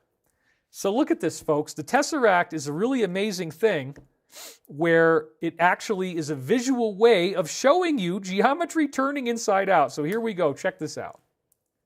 This is so mind-blowing, and it's probably the best example of it that I've seen, because up until now, I've only been showing you these geometries as if they were solid, stable objects. But now, by this very simple mathematical illustration, which is actually amazingly complex, what we're seeing is that the cube on the outside is turning out to be the cube on the inside. You see that, everybody? You see how it's turning inside out? And that all of the lines... So you notice, too, like the lines are stretchable, so the lines can get longer and shorter. This is part of what's going on here. The lines are not at a fixed length, but the really important part, again, is that if you actually look at what is on the outside of the sphere, so imagine that the outside of this cube is like the surface of the Earth, right? When you turn it inside out, the surface of the Earth becomes the interior of the Earth. So perhaps this is why a lot of the astral activity and a lot of these alternative civilizations appear to be in the Earth's core, in the Earth's interior. So here's another example of a tesseract. This is, you can draw it different ways. And this one is a little more chaotic and violent and fast, so it's kind of hard to see. But again, I want to be very, very clear, folks, and I've never really talked about this before, but all the Platonic solids are doing this. It is not just a function of the cube, okay? Even though they said tesseract, the science goes way, way beyond that. So here's an example, something I was able to track down online, where you have what really is an octahedron and a tetrahedron. It keeps flipping back and forth between the two, sort of. And you could also say that it's a tetrahedron inverting itself as it keeps on turning inside out. So again, photons are tetrahedrons. So photons also apparently are turning inside out like this as well. And the original shape of the universe is a photon, so the original shape of the universe can invert. Everything that we see, whether it's a galaxy, a star, a solar system, a planet, it has an inside-out version and it has an outside-in version. And that's just the way it is, and if your brain is having trouble visualizing this, believe me, I understand. It took me a very, very long time to get clear on the concept of a sphere where it takes an infinite amount of distance to get to the center. But this is just the way the physics works, folks. So here you're seeing it again with the tetrahedron, how it can turn inside out right through the octahedron. This is another, and these illustrations are not necessarily perfect or precise, but this is kind of a cube octahedral shape, which again just shows how the outside can be inverted and become the inside. And again, your atoms are doing this all the time. As you're sitting here right now in the chair, watching me talk and watching this show, all the atoms in your body are constantly turning inside out like this. And again, the question is, if you jump up and down, a little more of them will go, just like the cannonball. But normally, you don't have the ability to raise your frequency past light speed, you see. This is what you do in meditation. You're increasing your vibrational speed. The speed of the atoms in your body goes over light speed, and as you start to do this, you begin levitating, just like those sleepwalking children. No technology is required, because gravity is going in the opposite direction where those atoms are, and those atoms that are getting pushed in the opposite direction are locked into a matrix with your body. So the more you can meditate and get more of you to transition over, the more of your atoms will now cause your body to levitate. He's going, wow, wow, wow, wow, UFO Mark, thank you. 3 hours usually. So yeah, I'm gonna be done pretty soon, but I want to get through this for everybody who didn't pay for the VIP. Okay, so then Casa Dodeca. This is kind of a really crazy, violent, fast way of doing it, but you can easily see how quickly you can pop in between the icosahedron and the dodecahedron in this illustration. So again, this looks scary. You'd be like, oh my God, how am I ever going to know to make sure to keep my atoms doing this? Well, you don't have to worry about it. Most of your atoms are probably here. A few of them are over in time-space and flipped inside out, but it's going to take some time. You know, in order to get this to work, you got to really meditate greatly. And then here's one that looks like the Earth's grid. And again, it's got all this kind of inside out. So again, the bottom line takeaway here is that atoms and molecules are constantly turning inside out. When they turn inside out, they're spread out in time. This is the secret to the wave-particle duality, where it's space-time transforming to time-space or space to counter-space. So again, a wave is simply a particle that exists in the past, the present, and the future all at once. We can't see it, but if we go over to this other realm, we totally could. And again, I talked about the iridium, that above 850 degrees Celsius, the vibration of heat apparently resonates at over light speed, and it dematerializes. And so another big takeaway of this is that we are indeed surrounded by normally invisible beings. And so here's the big punchline, folks. Einstein, in his physics, presumes that mass increases to infinity as you go towards the speed of light. And so many skeptics that were on television would say, well, you can never reach the speed of light because, of course, your mass would increase to infinity. Well, the idea then, of course, is, well, nobody can break the light speed barrier because you're going to be as massive as the entire universe. This never struck me as right or fair. It's like, well, where is it getting all this mass from? How could anything become as massive as the entire universe just by moving at light speed? It seems really unfair and frankly stupid.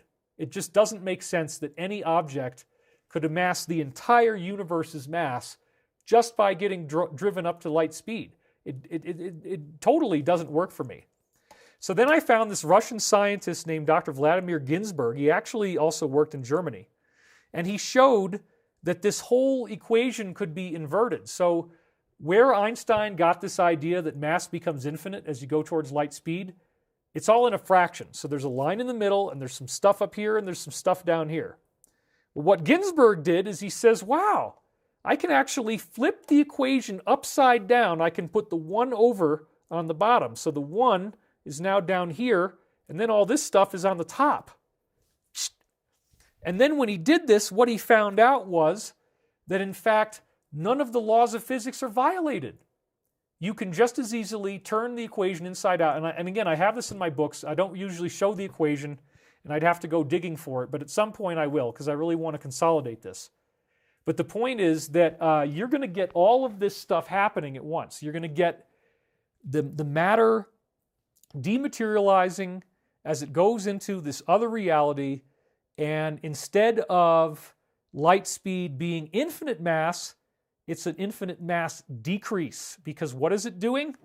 It's displacing, right? As I was saying before, it's displacing right into the water. So if this is like a beach ball and you got to put pressure, the pressure, once you go over the light speed boundary, that's when you go through the water line. You got to go above light speed, you displace, but then as soon as you take the pressure off, pow, it's going to pop back into our reality. So that's one of the big secrets of all this. Einstein showed that mass was going to become infinite as we go towards light speed. BS. What we actually have now is that it's decreasing to infinity at the speed of light. Well, where is the missing mass going? Now we know. The missing mass is turning inside out and becoming a particle in time-space, so it exists in the past, present, future at the same time. This is the basis of teleportation and time travel. So we were talking about these currents in time-space where you could have a time drift just by being in there, like Bruce Gernon, and it may only appear as directional travel, as we were just saying. So I do believe that the Earth is inside out and that it takes infinite amount of time to get to the center. That's just the way the physics works. And would this mean that gravity works in the opposite direction? Well, that's the punchline, right? You can fall down in time-space and actually be levitating in our reality. But this only works until your mass pops over the light speed boundary. and all the levitation intrigue occurs in these transitional stages. So again, the levitating children did not require any special training. Their sleepwalking bodies notably weighed less, and the noctambuli legend shows that this was very widespread. So I found this really cool scientific paper on the noctambuli, and I'm going to show it to you right now. It's really, really interesting. It's in Taylor Francis Online, 17th century, the noctambuli, Tales of Sleepwalkers and Secrets of the Body in 17th century England. 17th century readers were fascinated by marvelous tales of people known as the noctambuli, who apparently rose up in their sleep, performed daily chores, and attempted dangerous feats such as clambering up onto rooftops. On account of their uncanny nature, commentators noted that sleepers could be mistaken for ghosts or those who had been bewitched. Depictions of the noctambuli were also influenced by the Malleus Maleficarum, which had argued that they were acting under the influence of demons and would fall if their Christian name was called, just like the story of Simon Magus. The writer who had the greatest influence on how the noctambuli were depicted in English medicine was the Dutch physician Levinus Lemnius, whose explanation for the skills of the noctambuli was based entirely on humoral theory. He gave a detailed analysis of the somatic causes behind the noctambuli's amazing feats in a chapter entitled, are you ready for this, folks? Of those that come forth of their beds and walk in their sleep and go over tops of towers and roofs of houses and do many different things in their sleep which men who are awake could hardly do by the greatest care and industry because their bodies are too heavy, right? You can do these really cool things when your body is super light. And so he wrote about this in Occulta Naturae Miracula, 1559, The Secrets of Nature's Miracles. So clearly there's fire where the smoke is, folks. It's not like this is just some report. This is a widespread thing that was happening in medieval England. It was a rough time to be alive, and maybe extraterrestrials were typically doing this as ways to abduct people because they didn't typically have doors that needed a lock. So you could basically just get people to wake up at night and walk outside, and you know, if you're going to be weighing less anyway in this state, then maybe that makes it very easy for you to be abducted. So that is part of what I think might have been happening here. I just want to kind of point that out. But anyway, it appears that you don't need to have aliens involved here, that simply waking up in the middle of the night, sleepwalking, your body's going to be able to do this really cool stuff. Because if you're fully embodied, where your consciousness is in your body, then these people are climbing. It's as if their body only weighs like 40 or 50 pounds, is really what it's looking like. And the Russian studies supported that. So the most radical expressions of this alternative stream of mystical thought can be found in the works of continental writers. An example is Cornelius Agrippa's De Occulta Philosophia, published as 3 books of occult philosophy in 1651. Agrippa believed in levitation and wrote at length about the powers of the imagination.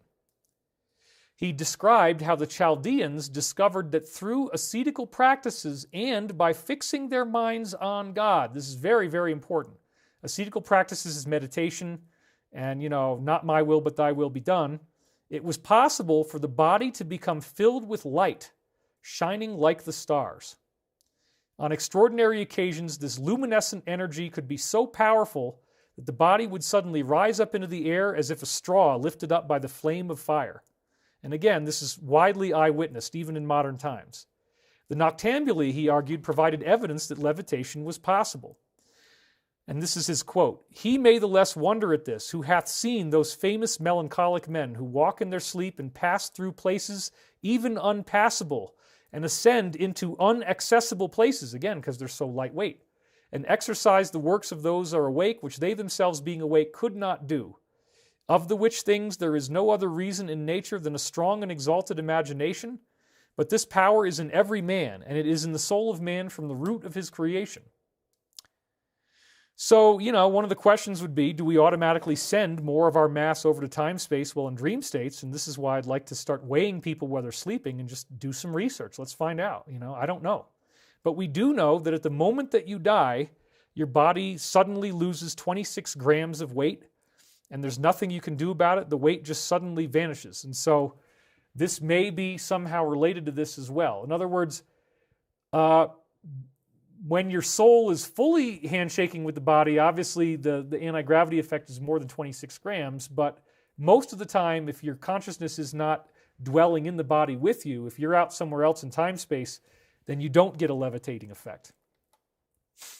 So the Tibetan Lungam practice is very fascinating, and this was described again in the Life and Teachings of the Masters of the Far East by Baird Spalding, in which he correlates the lucid dream state with chanting and running. So what they were doing, apparently, the Tibetans were doing, is they would get this chant where they would be moving their arms and legs in this, let's go to the wide shot here. So they move in this big, big stride, and each time the foot hits the ground, you're bouncing off 30 feet in the air and traveling hundreds of feet through distance, okay? The chant that they're doing is a chant that is synchronized with the movement of your legs and your arms. So you're doing this, you're basically running, but it's like an anti-gravity levitating running. Now, what's so amazing is that if people did this too much, if they practiced this too much, your body gets stuck in the anti-gravity state. And so in Baird Spalding's book, he talks about multiple Lungam pas, which is the name for a practitioner. It's called a Lungam pa.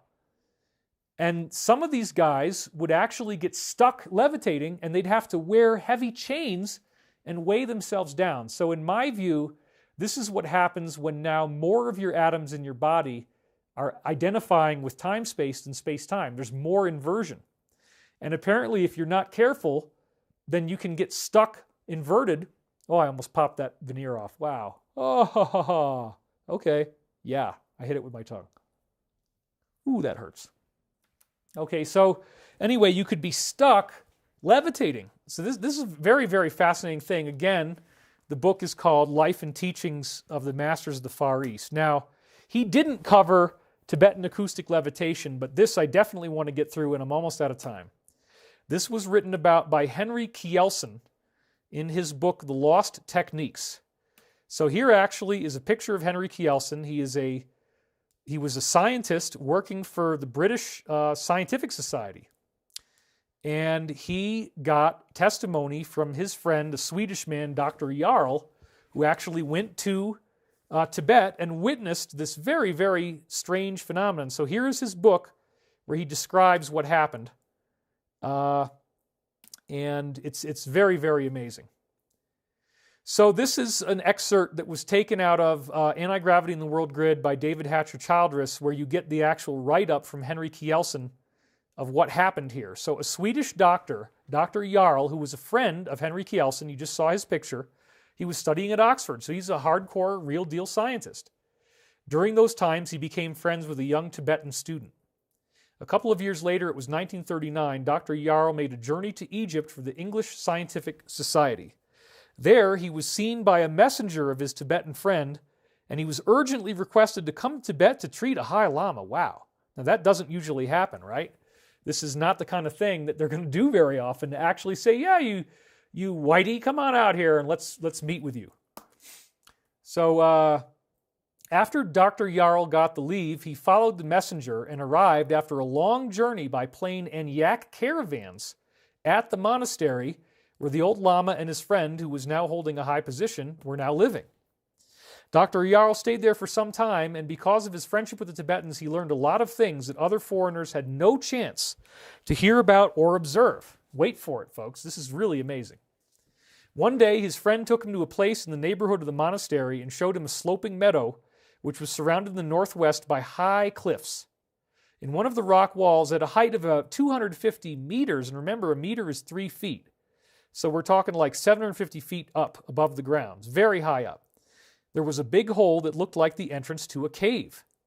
In front of this hole was a platform on which the monks were building a rock wall. The only access to this platform was from the top of the cliff, and the monks had to lower themselves down with the help of ropes. In the middle of the meadow, about 250 meters from the cliff, was a polished slab of rock with a bowl-like cavity in the center. And this bowl-like cavity is incredibly important, folks, because that's what harnesses the sound waves that they're going to create and concentrates it into the rock, okay? Because they're going to levitate rocks with sound. This is where we're going. Much of this technology is dependent upon the bowl-shaped hole, and then getting that bowl-shaped hole to resonate just right to create this implosion effect, which is causing these atoms in the rock to pop over and invert into time-space. The bowl had a diameter of 1 meter and a depth of 15 centimeters. So it wasn't that deep. 15 centimeters is really not that deep, right? It's only like that. So we're not talking about a really deep bowl. It's just that it's a meter wide, but it's more about the concave dish and how it's able to focus not only sound waves, but also this etheric energy to cause these exotic vacuum objects to form from sound. That's what I'm saying, is that the sound they create causes this to happen. A block of stone was maneuvered into this cavity by multiple yak oxen, because these are very, very heavy blocks, multiple tons. So this is approximately what it looked like. Now, we don't know if this is actually the Tibetan one or if this is another version of it, but these are found throughout the world, and apparently this is very much involved in the building of pyramids. And again, as far as I know, I'm unsealing this for the first time. Nobody's ever talked about this before and really understood it like I am doing now. Okay, so the block was 1 meter wide and 1.5 meters long, so this is a gigantic, pyramid-sized, huge frickin' block of stone. There were 19 musical instruments set in an arc of 90 degrees at a distance of 63 meters from the stone slab. Okay, you got that? 19 instruments set in a 90-degree arc 63 meters away from the slab. Now, that's a long, long way, right? So 63 meters is really large distance. The radius of 63 meters was measured out accurately, so they knew exactly how far away they needed to be. The musical trumpets consisted of 13 drums. The musical instruments consisted of 13 drums and 6 trumpets that they called ragdans. 8 drums had a cross-section of 1 meter and a length of 1.5 meters, so these are very big drums. 4 drums were medium-sized with a cross-section of 0.7 meters and a length of 1 meter. The only small drum had a cross-section of 0.2 meters and a length of 0.3 meters. Okay, so something important that you get in the Anti-Gravity in the World Grid book that I'm not going to go into a whole lot of detail here is that Bruce Cathy, the scientist who wrote the paper and talks about this and quoted this, reveals that volumetrically, if you calculate the volume of the stone based on the 1 by 1.5 meters, and then you calculate the volumes of the trumpets and the drums, as we just read here, the trumpets and the drums are exact harmonic divisions of the volume of the stone. So this appears to be incredibly critical. Again, it's all about vibration and harmonics. And we saw how just dropping a cannonball alone could cause it to lose weight, a pretty significant amount of weight that comes back over 20 minutes. So what if you direct sound waves at the cannonball and you use this bowl-shaped area and you're using sounds from these drums and these trumpets that are harmonic volumes? So they're not only creating sound, they're apparently also creating exotic vacuum objects. And somehow this sound resonance is enough to create anti-gravity. It's stunning. All the trumpets were the same size. They had a length of 3.12 meters and an opening of 0.3 meters. The big drums and all the trumpets were fixed on metallic mounts, which could be adjusted like a binocular thing. You know, the old binoculars that are on a stand, you can turn them wherever you want to go. This was the same way, adjusted with staffs in the direction of the slab. Okay, so this is the initial thing that we see here, and there's a lot of information here. So like if you look at it, and we're going to zoom in on all these a little more. These are from Dr. Jarl's original notes handed to Henry Kielsen. You see in the top there, that first image on the very top left is of one of the drums, and it's hard to make out, but there is a monk who is lying there under the drum. So this to me is one of the first really interesting pieces of this technology, is that a human being is necessary to be under the drum. So imagine now that he's meditating, his pineal gland creates an EVO, and he can attract EVOs, like I was saying, right? So the monks are literally lensing in the EVOs, and then as you see, there's actually a group of them behind the original monk. So they're standing, so you can see that the trumpets and the drums are there, but then there's a group of like as many as 5 monks standing behind them. And again, I believe that they're all meditating and they're all helping to create these EVOs. The quarter circle is, again, important because the EVO itself is going to become a circle, so they have to make the whole thing circular. So they're using their consciousness. This is an amazing technology where your consciousness is creating EVOs, and then this moves in conjunction with the actual weird behavior of vibrating this stone with the banging of these drums and trumpets. It's so freaking weird, right? Who could have ever imagined that this would cause levitation to occur? The big drums were made of 3 millimeter thick sheet iron and had a weight of 150 kilograms. So they don't have a regular leather drum head. They're going to sound terrible when you hit them. They were built in 5 sections. All the drums were open on one end, while the other end had a bottom made out of metal on which the monks were beating with big leather clubs. So this is not going to sound good. Behind each instrument was a row of monks. The situation is demonstrated in the following diagram. Okay, so what we're seeing here is, again, you got the trumpets there on the left, and they're in a 90-degree arc, and then they all kind of focalize on this one point. And that one point, 63 meters away, is this bowl-shaped depression. So as you look at this diagram on the right, you notice the number 63. You see the 3 guys standing up. One of them has a club, and he's beating his drum. And then you see that the stone is sitting over this bowl-shaped hole with a 15-centimeter deep depression. They've got the quarter circle, so everything is aimed at the bowl. And I would imagine the bowl is harmonic as well. So the stone is harmonic, the trumpets are harmonic, the bowl is harmonic, and they've got their consciousness, and they're using sound. And somehow this was enough to start causing the stone to levitate. It's very, very, very interesting. So it takes several minutes, but imagine now as they're sitting here, they start banging on the thing, and it starts really slow. They only do one hit every like 2 minutes or something. And I see it's almost 8 o'clock, so I'm almost done here, folks. And then I'll take a little break before the VIP, because I do need to eat something or it's not going to work. Okay, so they're hitting the drums, they're chanting, they're making the trumpets blast. It's all harmonic, and then they're popping those atoms over, and over the course of a few minutes, the stone slowly lumbers its way up through the air and makes it up to the top.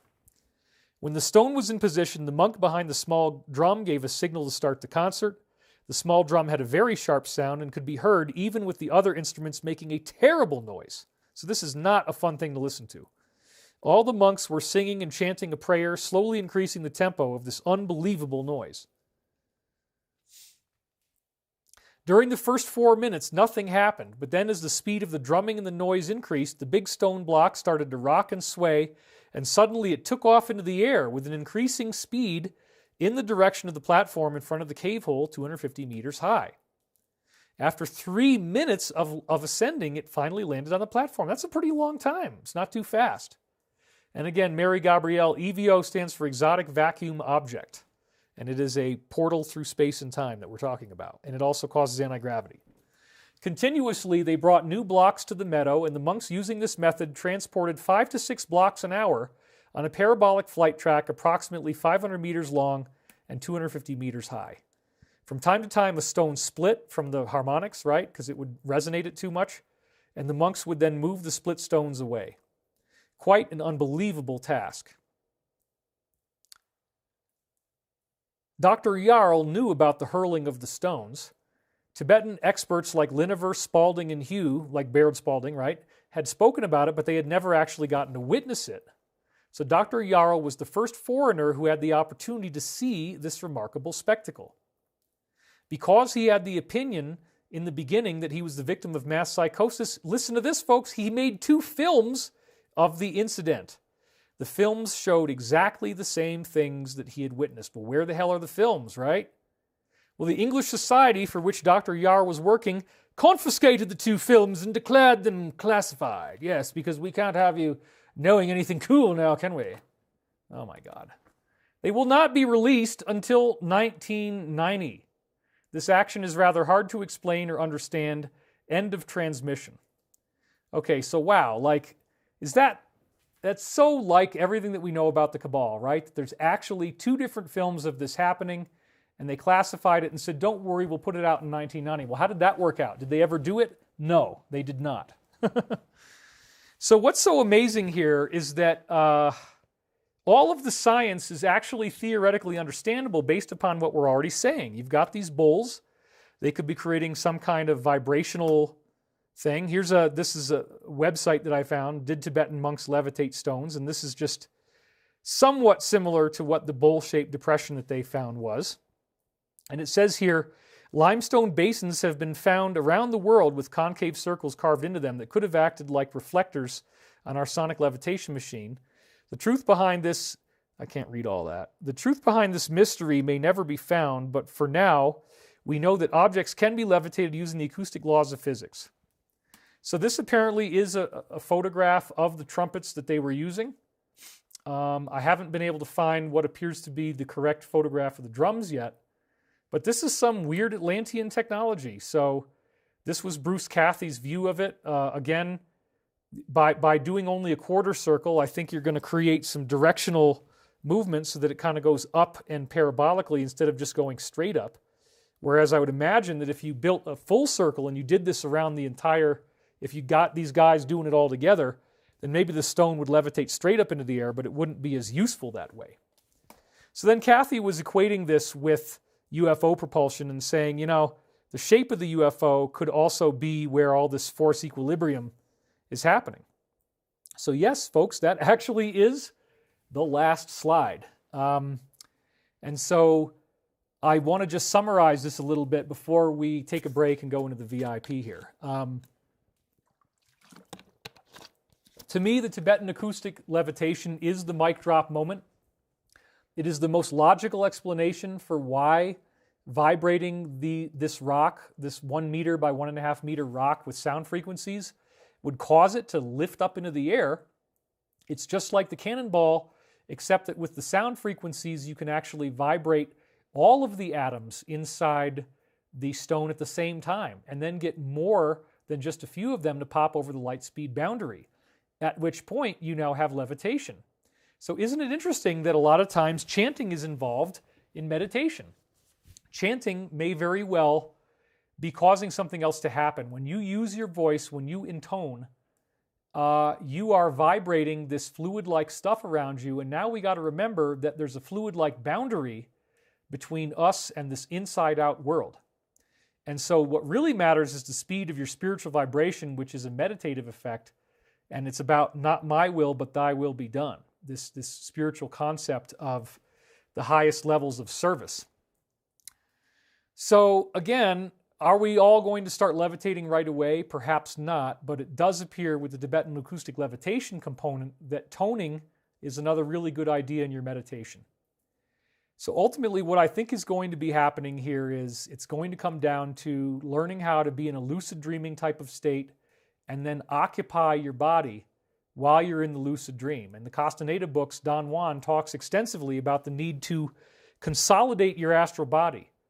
So really, the Don Juan method is that you're projecting out into your astral form, but then you keep on using your mind to make it more and more an embodiment of your body, to make it more and more solid, more and more physical.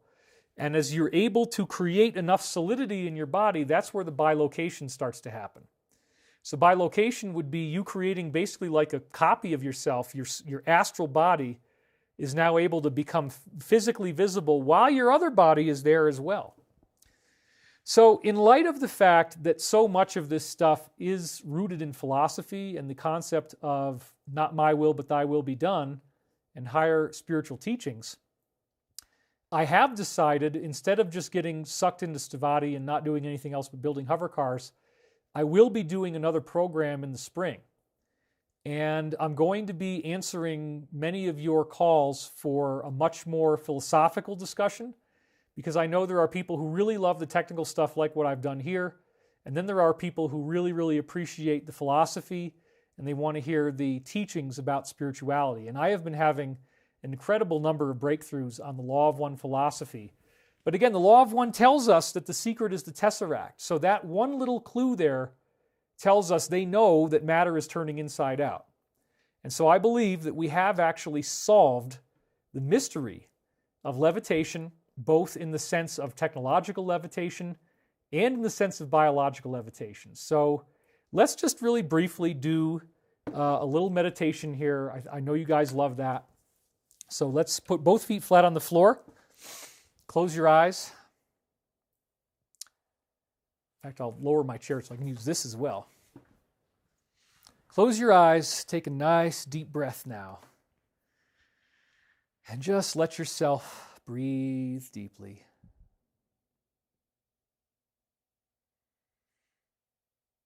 And imagine with each in-breath that you are becoming lighter. Imagine your body physically becoming lighter as you breathe.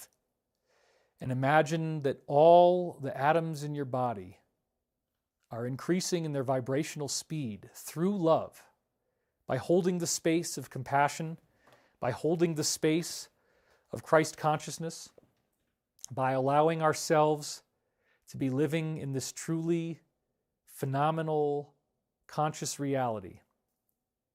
We exist in this overwhelming glory of the light of the one infinite creator, and how it can lead to us feeling so much more relaxed, so much more safe than we ever did before, confident in the goodness of the universe, confident in the goodness of what is happening now, that we are going to be okay. The deep state will be arrested, and we are soon going to have this ability right at our fingertips. We ask that we take this energy that we've raised, that we see how our pineal gland creates an EVO as we are sleeping and dreaming.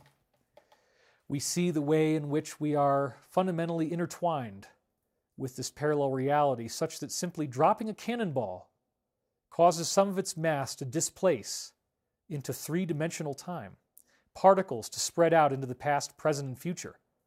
And could we do this ourselves? Yes. The Law of One says that the secret lies in the Tesseract, and that by using this principle of matter turning itself inside out in its own geometric sense, we have something very, very interesting here. We have the opportunity to become more than a third density human. We have the opportunity to learn these stunning abilities by meditating deeply, raising the energy in our pineal gland. Perhaps we can start to have the atoms in our body turn inside out, at which point they naturally are forced to have a levitating thrust, just like we saw when we harmonically vibrated the stone in Tibetan acoustic levitation. The harmonics alone caused those atoms of the stone to pop over the light speed boundary and thus begin falling upward as they are actually falling downward in the parallel inside-out earth. So too may we be able to do this in the future by learning how to raise our consciousness to such a degree that we may have a fully lucid dreaming state and have our astral body and our superimposing with our physical body in the same space. And so we ask that we are given the answer to our prayers, that we get to know the will and the love of the Creator more and more in each passing moment, that there is an opportunity for us to be deeply and fully nourished by the light of the Creator, such that we may all at some point know the truth spoken in John 14:12, where Jesus said, "As I do these things, so shall you do them, and greater things, for I go unto my Father, Mother God." And so it is. All right. Well, I don't really want to stop this, right? It's been so much fun. I'd like to do it forever, but I do have the VIP. I'll get it going at 8:30. That's in 22 minutes. You can still upgrade to the VIP if you like. It's an extra $111 if you'd like to hear me talk more. But we will be back shortly, and so I will see you then. Thanks for watching, everybody. This is the formal conclusion of the main portion of the disclosure. I hope you liked it. And again, coming up in the spring, we're going to have Ascension Philosophy, and I'm going to get as far into this as I can, everything that you need to know to be able to ascend in these troubled times. So hopefully I will see you in the spring. We'll shoot you some emails about it. In the meantime, onward and upward, I will be doing more free videos on YouTube as well, so I'm not going to go into hiding. The beings wanted me to